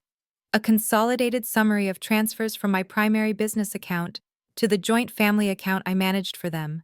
The numbers were relentless. January 1st, $15,000. February 1st, $15,000. March 1st, $15,000. The list scrolled down, revealing month after month, year after year of financial life support. I walked over to the screen and pointed to a specific line item highlighted in yellow. It was a transfer of $800 labeled car lease payment. "Jasmine," I said, turning to my sister, "you drove here tonight in a white BMW, did you not? You told your friends that Daddy bought it for you as a graduation present from fashion school. You told everyone he handles the lease because he wants his princess to be safe." Jasmine was trembling. She was hugging herself, her silver dress looking suddenly like a costume. She didn't answer. "Look at the screen, Jasmine. Look at the account number that pays the BMW financial services bill every month. It doesn't end in your father's digits. It ends in mine. The crowd began to murmur. The sound grew louder, a buzzing hive of gossip and shock. These were people who understood money, they understood ledgers, they were doing the math in their heads. $15,000 a month for 5 years. That was nearly $1 million. $1 million of post-tax income poured into a black hole of vanity. I walked toward my mother. She flinched as I approached, but I didn't touch her. I just stood over her looking down at the gold sequins that I had paid for. You told me my car was too old to be seen in the valet line, I said, my voice soft but amplified by the microphone so everyone could hear. You told me my presence would ruin the aesthetic. You told me I was a failure because I didn't finish medical school. I turned back to the crowd, my voice rising with the heat of 5 years of suppressed rage. I didn't finish medical school because I was too busy building a real estate portfolio. I was too busy making millions while you were busy spending them. You called me a failure because my success didn't look like your fantasy. My success was quiet. My success was work. And because I didn't need your validation, you hated me for it. The murmurs in the crowd turned into open conversation. I heard snippets of it. She paid for everything. They are broke. The whole thing is a sham. Brad's investors, Mr. Sterling and Mr. Vance, were looking at Brad with expressions that could freeze water. They weren't looking at the screen anymore. They were looking at the man who had promised them collateral he didn't own. They were realizing they had been courted by a fraud who was marrying into a family of frauds. Brad saw them looking. He saw his deal evaporating. He saw his future dissolving into a lawsuit. Panic is a dangerous thing. It makes people irrational. It makes them violent. Brad looked at the screen where his own emails were queued up next. He knew what was on that drive. He knew that if I played the next file, if I showed the emails where he called my father a useful idiot and plotted to dump Jasmine, his life was over. Not just his financial life, but his social life, his marriage, his reputation. He would be finished. He couldn't let me play the next slide. He roared. It was a primal sound of pure desperation. "Turn it off!" he screamed. "Turn it off right now!" He lunged. He didn't come for me. He went for the laptop. He pushed past Jasmine, knocking her to the ground again without even looking back. He scrambled up the steps to the stage, his face purple with rage and fear. Mr. Henderson stepped in front of the table, trying to block him, but Brad was younger and bigger and fueled by adrenaline. He shoved the elderly lawyer aside. Mr. Henderson stumbled and fell, his briefcase spilling papers across the stage. Brad grabbed the laptop. He didn't try to close it or unplug it. He smashed it. He lifted it over his head and brought it down on the edge of the table. The screen behind us flickered violently. Static lines tore through the image of the bank statement. The projector whined. "You witch!" Brad screamed, hitting the laptop again and again. "You liar! You faked this! It is all fake!" He was destroying the hardware, but he couldn't destroy the truth. The crowd had already seen it. The image was burned into their retinas. I watched him tantrum. I stood perfectly still. I didn't try to stop him. "You can break the computer, Brad," I said, my voice cutting through the sound of shattering plastic. "But the files are in the cloud, and the hard copies are with the district attorney." Brad froze. He was breathing heavily, the ruined laptop dangling from its power cord in his hand. He looked up at me. His eyes were wild. "The district attorney," he whispered. "Yes, Brad. I filed the report this afternoon. Attempted fraud, forgery, grand larceny. And since you just assaulted my attorney in front of 300 witnesses, I think we can add battery to the list." Brad dropped the laptop. It clattered to the floor. He looked out at the audience. He looked at Mr. Sterling, who was now on his phone, probably calling his own lawyers to kill the deal. He looked at Jasmine, who was sitting on the grass, staring at him with a mixture of horror and realization. He looked at my father. Calvin Washington was still standing there, the microphone lying at his feet. He looked like a man who had woken up in a burning building. He looked at Brad, the son-in-law. He had pinned all his hopes on the man he thought was the future of the dynasty. And he saw him for what he was. A desperate, broke, violent man who had played him for a fool. You told me you handled the paperwork, my father said, his voice trembling. You told me the deed was ready. You told me Nia signed the waiver. I didn't sign anything, Dad. I interjected. He forged my signature, just like he forged the appraisal documents he showed his investors. My father looked at Brad with disgust. You lied to me, he said. You lied to us. Brad laughed. It was a manic, broken sound. I lied to you. You lied to everyone, Calvin. Look at you. You are a pauper in a tuxedo. You haven't paid a bill in 5 years. You needed me. You needed my connections to keep this charade going. You were desperate for a savior and you didn't care where the money came from as long as you got to keep playing king. Don't look at me like I am the villain. We are the same. We are exactly the same. He pointed a shaking finger at me. She is the only one who isn't playing the game. She is the only one who is real. And you hate her for it. You hate her because every time you look at her, you see your own failure. The truth of his words hung in the air, heavy and undeniable. Even in his breakdown, Brad had accidentally stumbled upon the core of the family dynamic. My mother stood up. She walked over to Brad. She didn't scream. She didn't cry. She slapped him. The sound echoed through the garden. Get out, she whispered. Get out of my house. It is not your house, Mom, I said quietly. It is mine. My mother turned to me. Her eyes were cold, dead things. You have ruined everything, she said. Are you happy now? You have destroyed your family. Is this what you wanted? I looked at her. I looked at the woman who had birthed me but never known me. I didn't destroy the family, Mom. I just turned on the lights. The rot was already there. I just stopped painting over it. I walked over to the microphone stand, which was still upright. I picked up the mic from the floor where my father had dropped it. The feedback whined for a second, then settled. I looked out at the guests one last time. Thank you all for coming, I said. I apologize that the evening has to end this way, but the venue is closing. I looked at my parents. You have 48 hours to vacate the premises. Vacate, my father stammered. But where will we go? I don't know, Dad. Maybe you can stay with Brad. I hear his Bentley is very spacious, assuming the tow truck hasn't taken it yet. As if on cue, the sound of a heavy diesel engine backing up drifted over the garden wall from the valet lot. The beep, beep, beep of a tow truck in reverse. Brad's head snapped toward the sound. No, he whispered. Not the car. He ran. He jumped off the stage and sprinted through the garden, pushing guests out of his way, running toward the valet stand to try and save the last shred of his ego. I watched him go. Then I turned to Mr. Henderson, who was brushing dirt off his suit. Are you all right, Mr. Henderson? I am fine, Nia. Just a bruise. Good, because we have work to do. I walked down the steps of the stage. The crowd parted for me. They moved aside like the Red Sea. No one said a word. They just watched me with awe and fear. I walked past Jasmine, who was still sitting on the ground weeping into her hands. I didn't stop. I didn't offer a hand up. She had legs. She could stand on her own if she wanted to. I walked past my parents, who were standing amidst the ruins of their anniversary, staring at each other like strangers. I walked out of the garden, through the iron gates, and back to my car.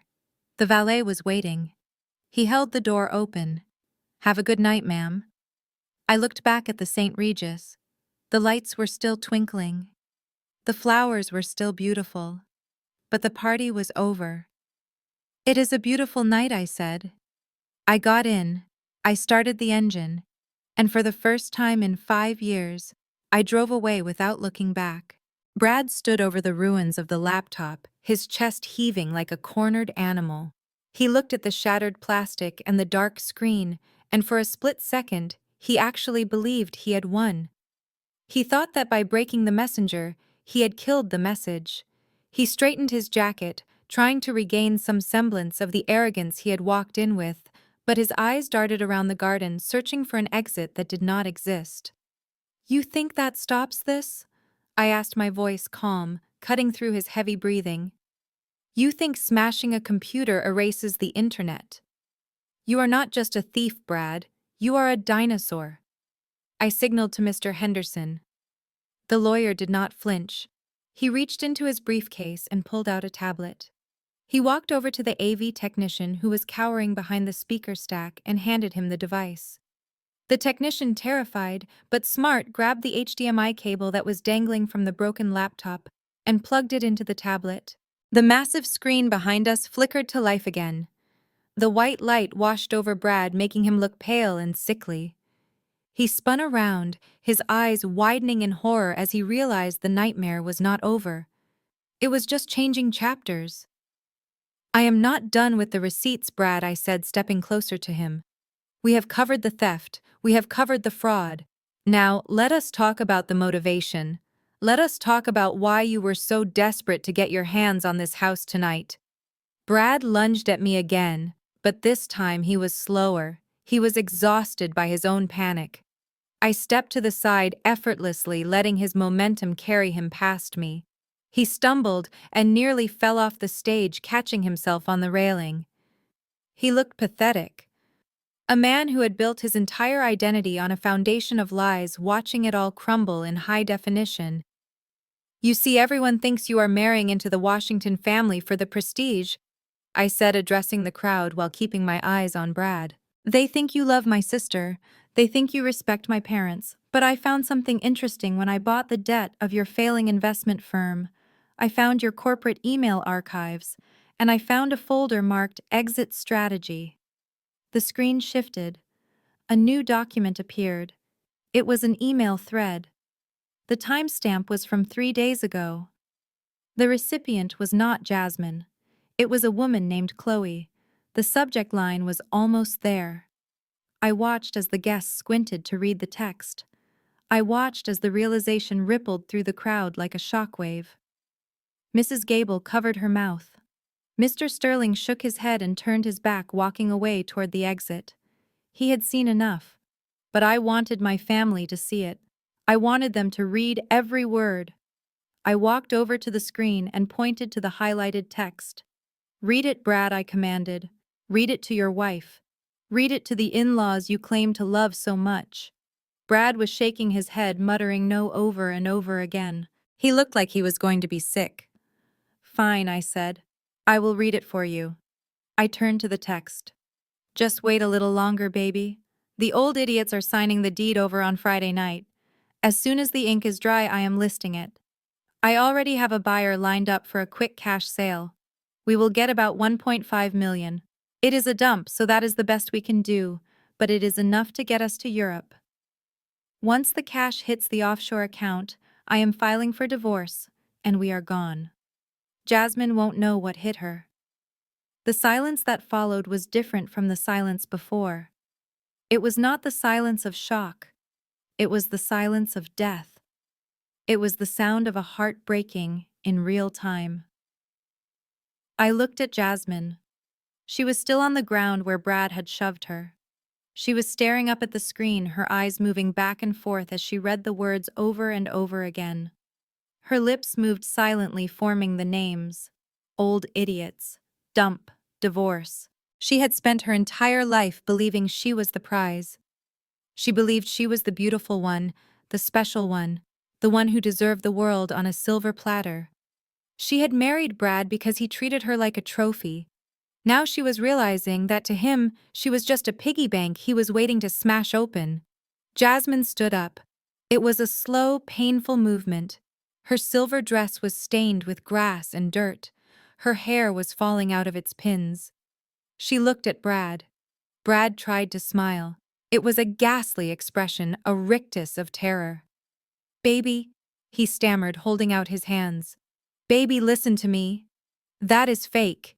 She faked it. You know she hates us. You know she is jealous. She typed that up herself. Jasmine did not speak. She walked toward him. She walked with a strange, unsteady gait, like someone walking on a ship in a storm. Chloe, she whispered. Her voice was barely audible, but the microphone picked it up. Chloe, your assistant. Brad flinched. No, baby. No. It is a setup. You told me you fired her. Jasmine said, her voice rising, getting stronger. You told me she was crazy. You told me she was obsessed with you. She walked up the steps to the stage. She stood right in front of him. She was shorter than him, but in that moment she looked 10 feet tall. She looked like the wrath of God. You called my parents idiots, she screamed. It wasn't a question. It was an accusation that tore her throat raw. You called our home a dump. You were going to sell it. You were going to leave me. Brad backed away, his hands raised in surrender. Jasmine, please, not here, not in front of everyone. We can talk about this at home. We don't have a home, Jasmine shrieked. Naya owns the home. You own nothing. You are nothing. And then she snapped. The golden child, the princess, the girl who never got her hands dirty launched herself at him. She didn't slap him. She clawed him. She reached for his face with her manicured nails and she dug in. Brad screamed. He tried to push her away, but she was clinging to him like a banshee. They crashed into the table, sending the projector and the tablet flying. The screen went dark, but the show was far from over. They rolled on the stage floor, a tangle of silver silk and black tuxedo. Jasmine was screaming words that would make a sailor blush.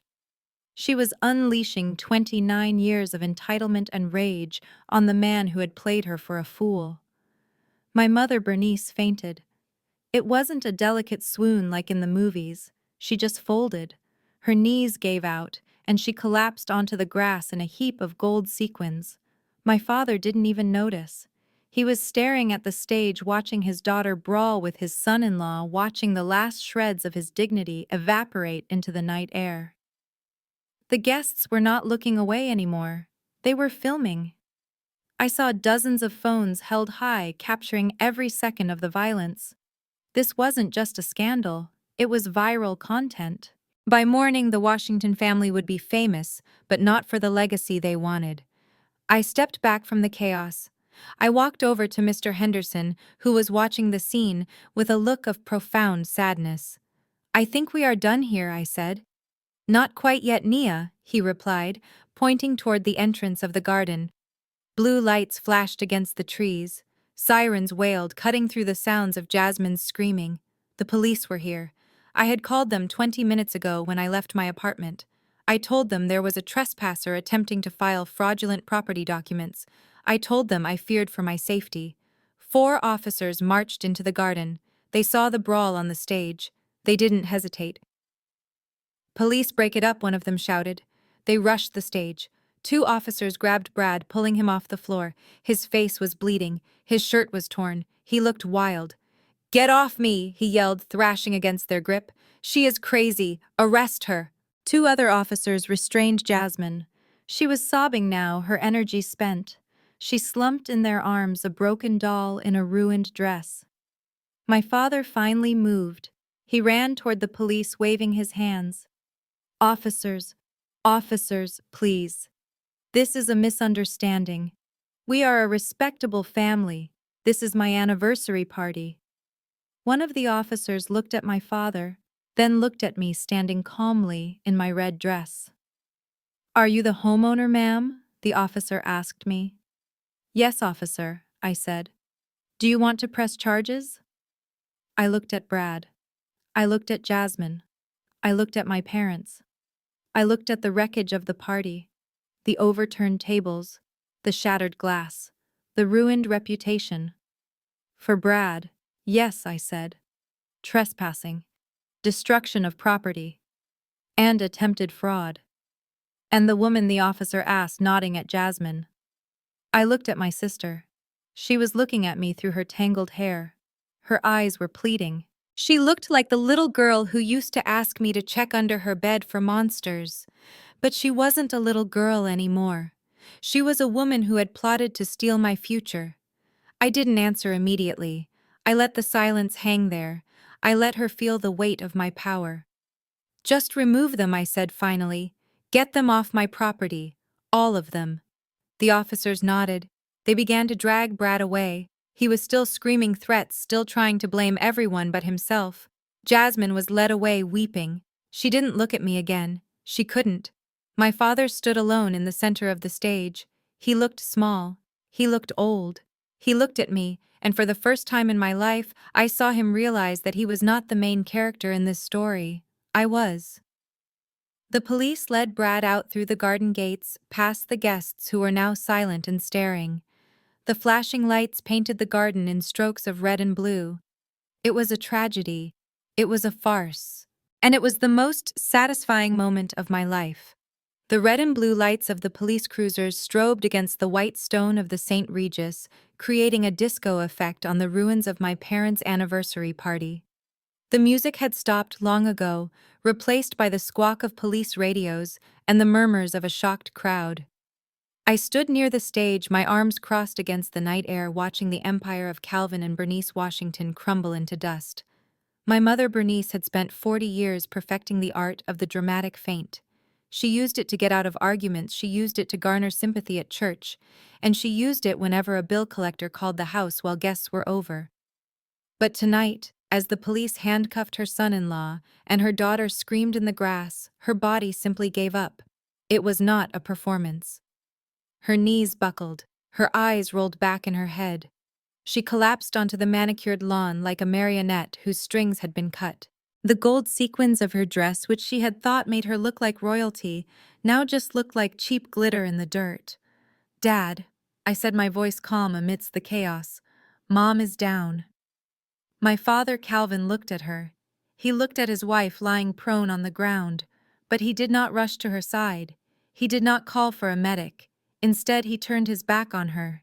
He turned toward the guests who were rapidly filing out of the garden gate. "Wait," he shouted, running toward Mrs. Gable and the other high society members. "Please wait. There has been a terrible mistake. This is all a misunderstanding. We can explain." He grabbed the arm of Councilman Gable. The councilman pulled away violently, smoothing his suit jacket as if my father's touch had soiled it.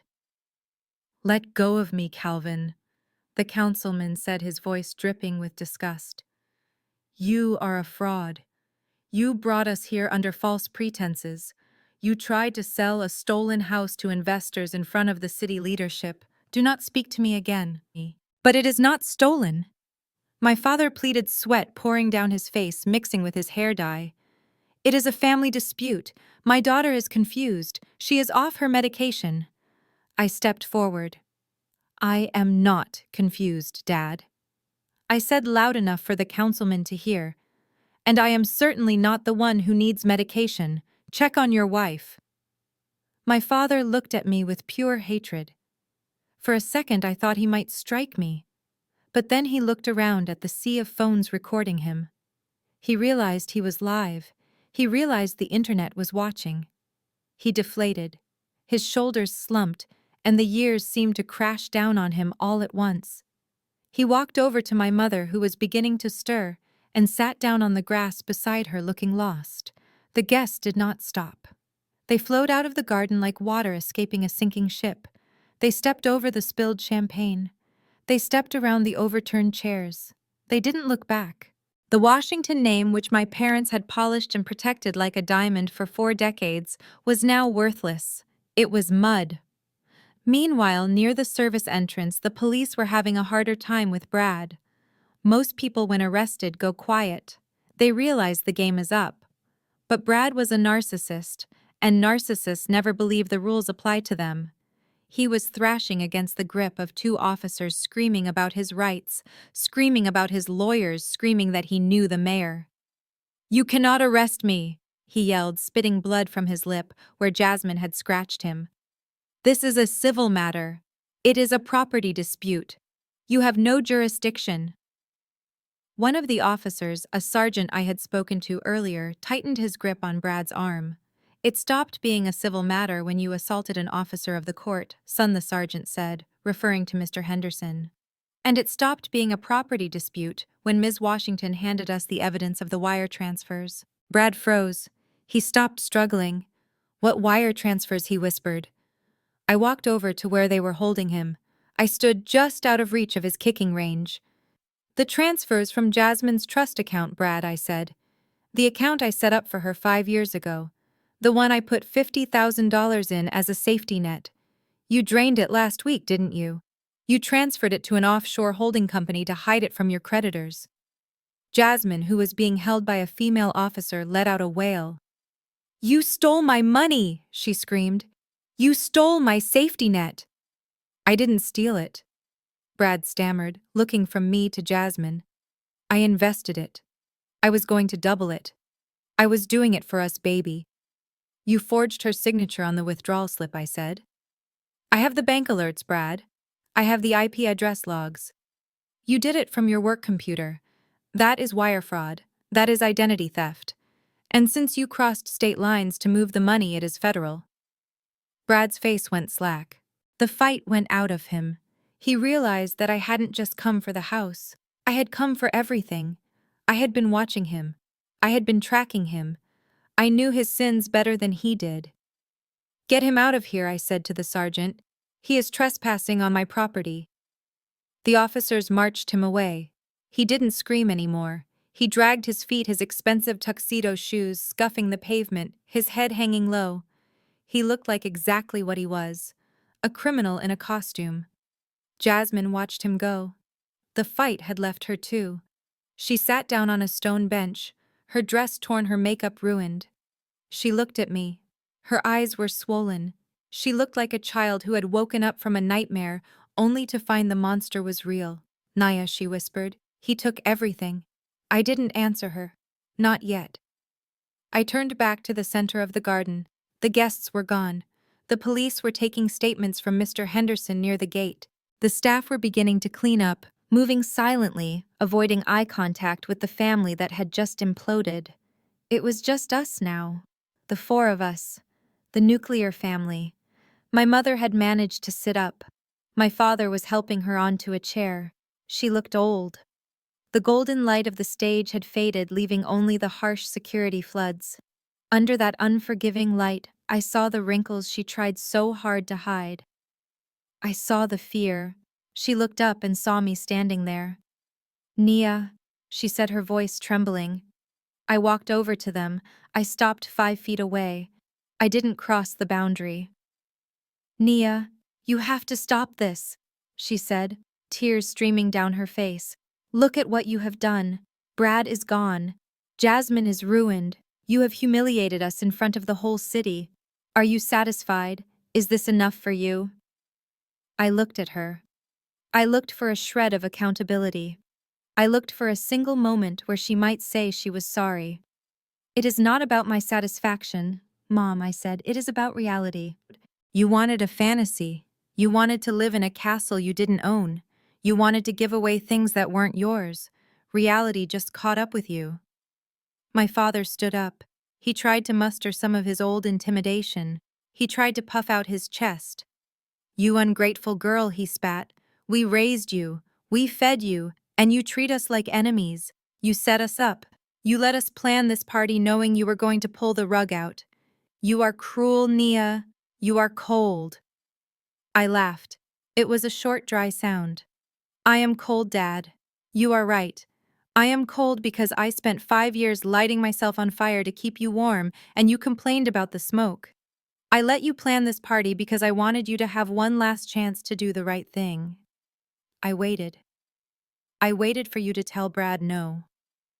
I waited for you to defend me when he called me a failure. I waited for you to tell the truth about the house. I took a step closer. But you didn't. You were going to sign that deed. You were going to help him steal from me. You were going to let him bulldoze this house. We didn't know he was going to sell it, my mother sobbed. We thought he was going to keep it in the family. We thought we were helping Jasmine. You were helping Jasmine steal from me, I countered. Just like you helped her spend my money on her car. Just like you took the credit for my success when it suited you and called me crazy when it didn't. Jasmine walked over. She stood next to our parents. She looked at me, and for the first time in her life, she didn't look down on me. She looked afraid of me. Nia, please, she said. Brad tricked us. He lied to all of us. I didn't know he stole the money. I didn't know he was going to sell the house. I am your sister. We are victims here. I looked at the three of them. They were huddled together, a tight knot of justification and denial. They were already rewriting the story. In their version, Brad was the only villain. They were just innocent bystanders who got conned. They were already absolving themselves. No, Jasmine. I said, my voice hard as granite. You are not a victim. You saw the emails. You knew he was desperate. You knew he didn't have the money for this party, but you let him throw it anyway because you wanted to wear that dress. You wanted to be the princess. And Mom and Dad, you knew I owned the house. You signed the papers 5 years ago. You knew that deed was a lie, but you went along with it because you wanted the glory. I took a deep breath. The night air filled my lungs. It tasted clean. You blamed Brad because it is easy, but Brad didn't create this dynamic. You did. You taught him that I was the doormat. You taught him that I was the bank account without a voice. You gave him the permission to treat me this way. My father wiped his face. He looked around the empty garden. So what now, Nia? What do you want? Do you want an apology? Fine. We are sorry. Is that what you want to hear? We are sorry? Now call your lawyer. Fix this. Get Brad out of jail. Tell everyone it was a misunderstanding. We can still salvage this. I stared at him. He still didn't get it. He thought this was a negotiation. He thought sorry was a currency he could trade for a clean slate. I don't want your apology, Dad, I said. And I am not fixing this. I am not fixing anything ever again. I reached into my purse. I pulled out a plain white envelope. It wasn't a subpoena. It wasn't a lawsuit. It was something much simpler. I walked over and placed it on the table next to the half-eaten anniversary cake. What is that? My mother asked, eyeing it like it was a bomb. It is a notification, I said. My father picked it up. He tore it open. He pulled out a single sheet of paper. You have 48 hours, I said. My father read the paper. His hands started shaking again. Eviction, he whispered. Naya, you can't. I can, I said. And I am.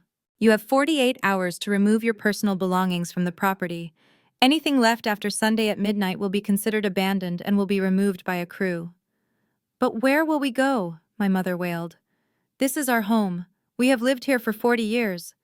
It was your home, Mom. Now it is just a house, and I am selling it. Selling it, Jasmine gasped. But where are we supposed to live? I don't know, I said, shrugging. Maybe you can get an apartment. Maybe you can stay with friends. Maybe you can use some of that black excellence you are always talking about to figure it out. Nia, be reasonable, my father pleaded. We have no money. We have no credit. You can't just throw us on the street. We are your parents. I looked him in the eye. I am being reasonable, Dad. A stranger would have given you 24 hours. I am giving you 48. That is the family discount. I turned around. I started walking away. Nia, wait, my mother screamed. Nia, come back here. You owe us. We raised you. I stopped. I didn't turn around. You didn't raise me, I said to the darkness. You housed me. You tolerated me. And then you charged me for it. The debt is paid, Mom. We are even. I walked toward the gate. Mr. Henderson fell in step beside me. Are you okay, Nia? He asked quietly. I looked at my hands. They weren't shaking. I looked at the red dress. It was still perfect. I am fine, Mr. Henderson. What do you want me to do about the locks? Change them on Monday morning and hire security for the weekend. I don't want them taking the fixtures. Understood.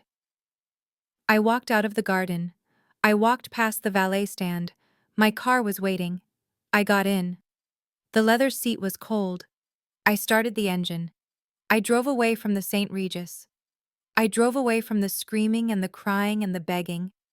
I drove toward the highway, toward my penthouse, toward my life.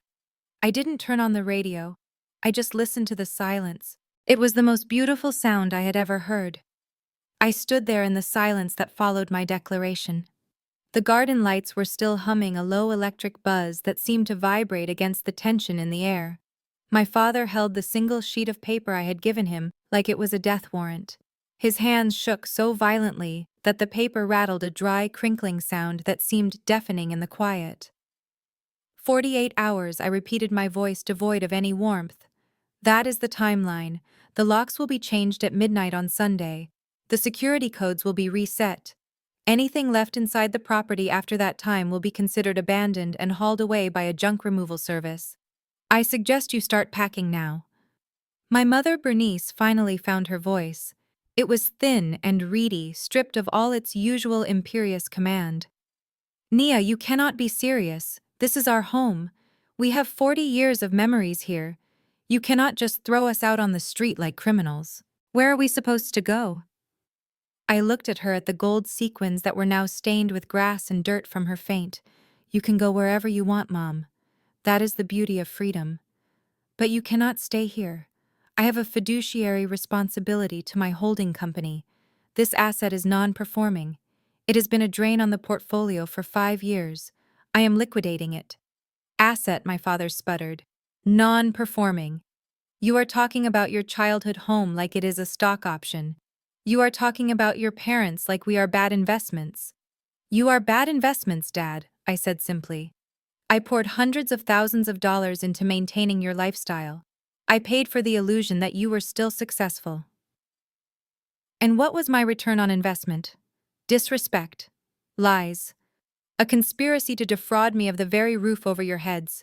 In business, when an asset becomes a liability, you cut it loose. Tonight you proved you are the ultimate liability. But 48 hours, my father pleaded, tears streaming down his face, mixing with the sweat and the dye from his hair. It is impossible. We have furniture, we have clothes, we have heirlooms. Then I suggest you call a moving company first thing in the morning, I said. Although without a credit card, you might have trouble booking one. Maybe you can sell the furniture to pay for the truck. The antique sideboard in the dining room should cover a deposit, assuming you haven't already pawned it. Jasmine let out a wail. She pulled herself up from the stone bench, her movement jagged and broken. She walked toward me, her hands outstretched. Nia, please, she sobbed. I didn't know. I swear to you, I didn't know. Brad controlled everything. He told me the house was Dad's. He told me the papers were legal. I am a victim here too, Nia. He lied to me. He cheated on me. He was going to leave me. I looked at my sister, the golden child, the princess who had never been told no. She looked pathetic now, her mascara running down her cheeks, her expensive dress torn. She was trying to play the card that had always worked for her. Helplessness. She wanted me to save her. She wanted me to be the big sister who fixed the broken toy. I reached into my purse again. I didn't pull out a tissue.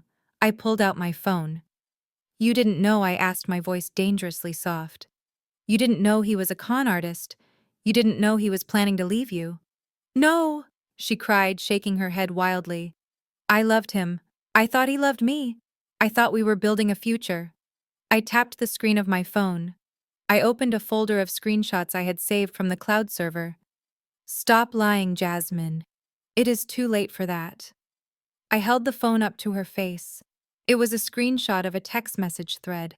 A thread between Jasmine and her best friend from 3 months ago. I read the text aloud, my voice echoing in the empty garden. I know he is sleeping with Chloe. I saw the messages on his phone last night. He thinks he is slick, but he is sloppy. Jasmine gasped. She tried to grab the phone, but I pulled it back. I read the next message. Her response to her friend's question about why she didn't leave him. I can't leave him yet. Not until we get the house. Daddy is signing it over in October. Once my name is on that deed, I will have the equity. I will let Brad sell it. I will take my half of the cash, and then I will divorce him. If I leave now, I get nothing. I have to play the loving wife for a few more months. I lowered the phone. I looked at her. You knew, I said. You knew he was cheating. You knew he was a snake. But you didn't care because you were plotting your own con. You weren't a victim, Jasmine. You were a co-conspirator. You were willing to let him steal my house just so you could get a payout. You were willing to let him throw our parents into a nursing home as long as you got your cut. Jasmine froze. The tears stopped instantly, replaced by a look of pure terror. She realized she had been stripped bare. There was no innocence left to hide behind. My mother stared at Jasmine. Her mouth hung open. You knew, she whispered. You knew he wanted to sell the house. You knew he wanted to put us away.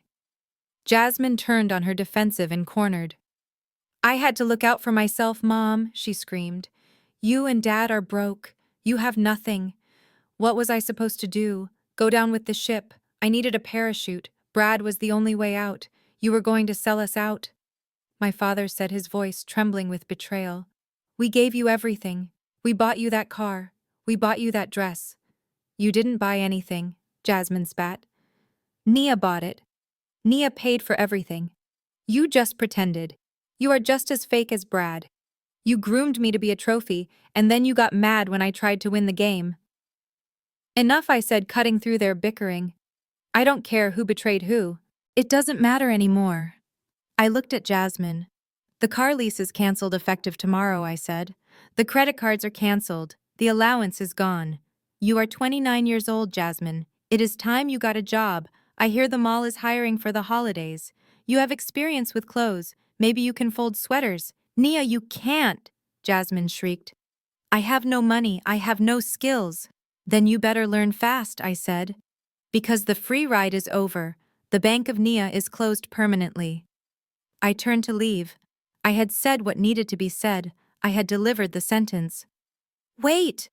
My mother called out. Nia, wait! I stopped, but I didn't turn around. Where will we go? She asked, her voice broken. We have nowhere to go. I looked up at the stars. They were indifferent to the drama below. They shone just as brightly on the ruins of the Washington family as they did on the rest of the world. I don't know, Mom, I said. But I suggest you start looking. You have 47 hours and 50 minutes left. I started walking. I walked away from the stage, away from the spilled champagne and the broken glass. I walked away from the people who had raised me and the sister who had hated me. Behind me, I heard the sounds of their collapse. It wasn't screaming anymore. It was the sound of scavenging. I glanced back one last time as I reached the gate. My father was taking off his tuxedo jacket. He wasn't doing it to be comfortable. He was folding it carefully, laying it on a chair. Then he picked up a black trash bag from the catering station. The caterers had left a roll of heavy-duty garbage bags near the bar for cleanup. My father ripped one off the roll. He handed one to my mother.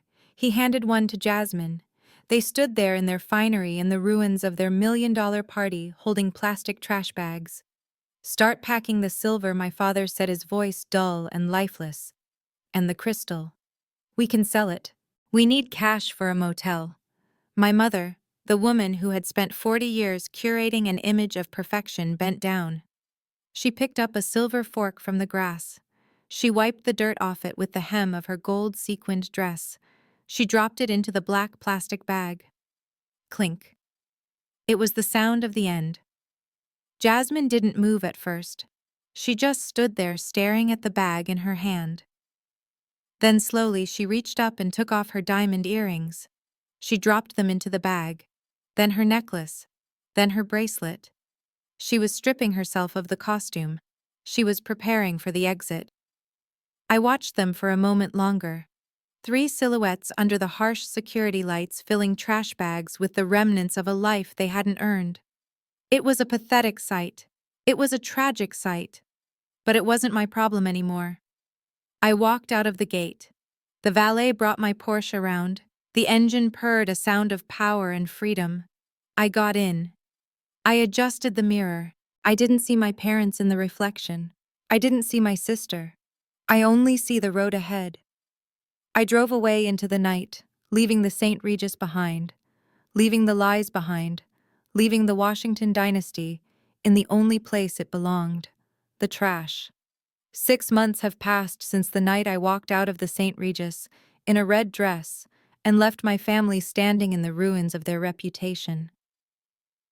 I am currently sitting on a wrought iron balcony overlooking the Seine in Paris.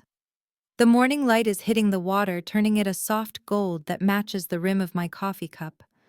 My laptop is open on the bistro table in front of me, displaying a spreadsheet for a new mixed-use development project I am breaking ground on in Chicago next month.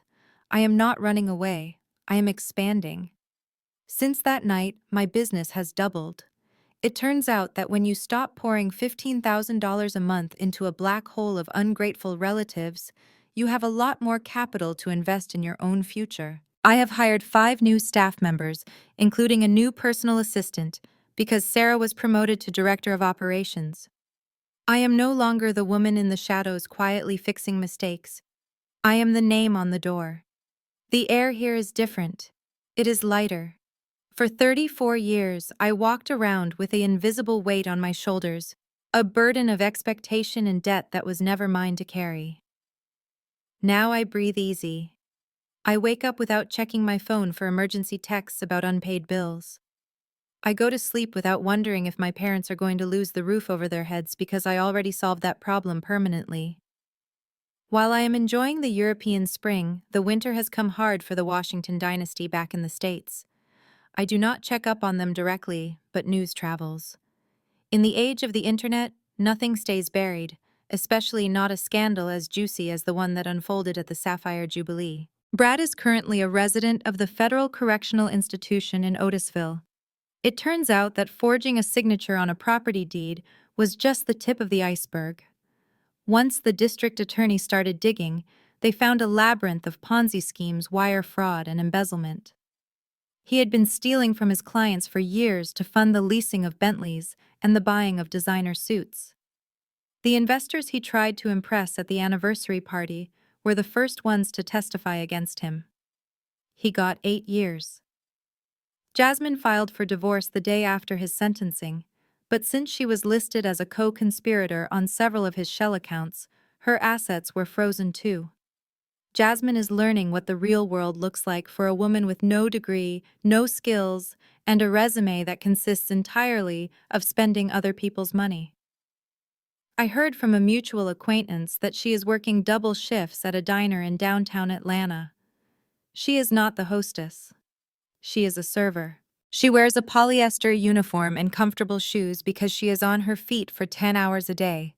The acquaintance told me she saw Jasmine serving a table of women she used to go to brunch with, women who used to envy her clothes and her car. When they recognized her, Jasmine didn't say hello. She just put her head down, took their order, and walked away. She is finally learning the value of $1 because she has to earn it one tip at a time. The BMW was repossessed the week after the party. She takes the bus now. And then there are my parents, Calvin and Bernice, the king and queen of the hill. They held out for the full 48 hours I gave them. They thought I was bluffing. They thought I would come back at the 11th hour with a check and an apology, because that is what I had always done. But when the sheriff's deputies showed up at midnight on Sunday with the eviction order, they finally realized the Bank of Nia was closed. They left the house with 4 suitcases and the clothes on their backs. Everything else, the furniture, the art, the heirlooms they claimed to value so much, was left behind because they couldn't afford a moving truck. They are currently living in a government-subsidized senior housing complex on the south side of the city. It is a 1-bedroom unit with linoleum floors and thin walls. There is no country club nearby. There are no galas. Their social circle, the high society they spent 40 years trying to impress, evaporated the moment the truth came out. The video of the anniversary party went viral. It has 3 million views. Everyone saw my father lying. Everyone saw my mother fainting. Everyone saw the receipts projected on the screen. They are pariahs. The church they attended for decades asked them to step down from the deacon board, citing moral failings. The golf club revoked my father's membership, not just because he couldn't pay the dues, but because he had tried to pass off a fake Rolex as collateral to a member. That story got out too. They are alone. They sit in that small apartment surrounded by the wreckage of their own ego, blaming everyone but themselves. They blame Brad for getting caught. They blame the economy. But mostly they blame me. They tell their neighbors, the ones who will listen, that their ungrateful daughter stole their house. But no one believes them. The receipts are on the internet forever. I finished my coffee and closed my laptop. It was time for dinner. I had sold the house 3 months ago. I didn't even list it publicly. A developer approached me with a cash offer. He wanted the land. He didn't care about the history or the legacy. He wanted to bulldoze the mansion and build 4 luxury townhomes. I signed the papers without hesitation. The sale netted $1.8 million after taxes and fees. It was a staggering amount of money. My parents would have used it to buy another mansion, to buy more cars, to buy their way back into a society that despised them. I did something different. I took the entire profit, every single cent, and I started a foundation. It is called the New Foundations Grant. It provides full-ride scholarships and housing stipends for young women of color who want to pursue degrees in business and real estate. Women who don't have a safety net. Women who have to work 2 jobs while studying. Women like I used to be. There is a specific clause in the Foundation's charter. The funds cannot be used to support anyone with the last name Washington who is related to Calvin or Bernice. It is petty, perhaps, but it is my money and my rules. Tonight was the launch dinner for the first cohort of scholars. I stood up and smoothed down my dress. It wasn't red. It was a soft cream color. I didn't need to be loud anymore.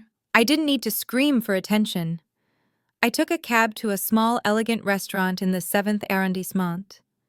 When I walked in, I wasn't greeted by sycophants or social climbers. I was greeted by Sarah, my former assistant turned director who had flown out for the week. I was greeted by Mr. Henderson, who had finally retired and was traveling Europe with his wife. And I was greeted by Jordan, my business partner, who had stood by me when everyone else walked away. These were my people. This was my family. Not the people who shared my DNA, but the people who shared my values. We sat down at a table by the window. The waiter poured wine. It was a good vintage, but we didn't make a show of checking the label. We just drank it because we enjoyed it. Mr. Henderson raised his glass. "To new foundations," he said, smiling. "To freedom," I replied, clinking my glass against his. The conversation flowed easily. We talked about the future, we talked about the scholars. We laughed about old times. For the first time in my life, I wasn't waiting for the other shoe to drop. I wasn't waiting for a criticism or a demand. I was just present. My phone buzzed on the table. I glanced at it. It was a text message from an unknown number. The area code was from back home. I knew who it was. My mother changed her number every time her service got cut off, but she always found a way to text me. I opened the message. "Nia, it is Mom. Please answer. We are hungry. The heater in this apartment is broken and your father is coughing. We just need a little help. Just $500. We saw the news about your scholarship. How can you give money to strangers when your own parents are suffering? Have you no heart? Please, Nia. We are family." I read the words. I looked for the guilt.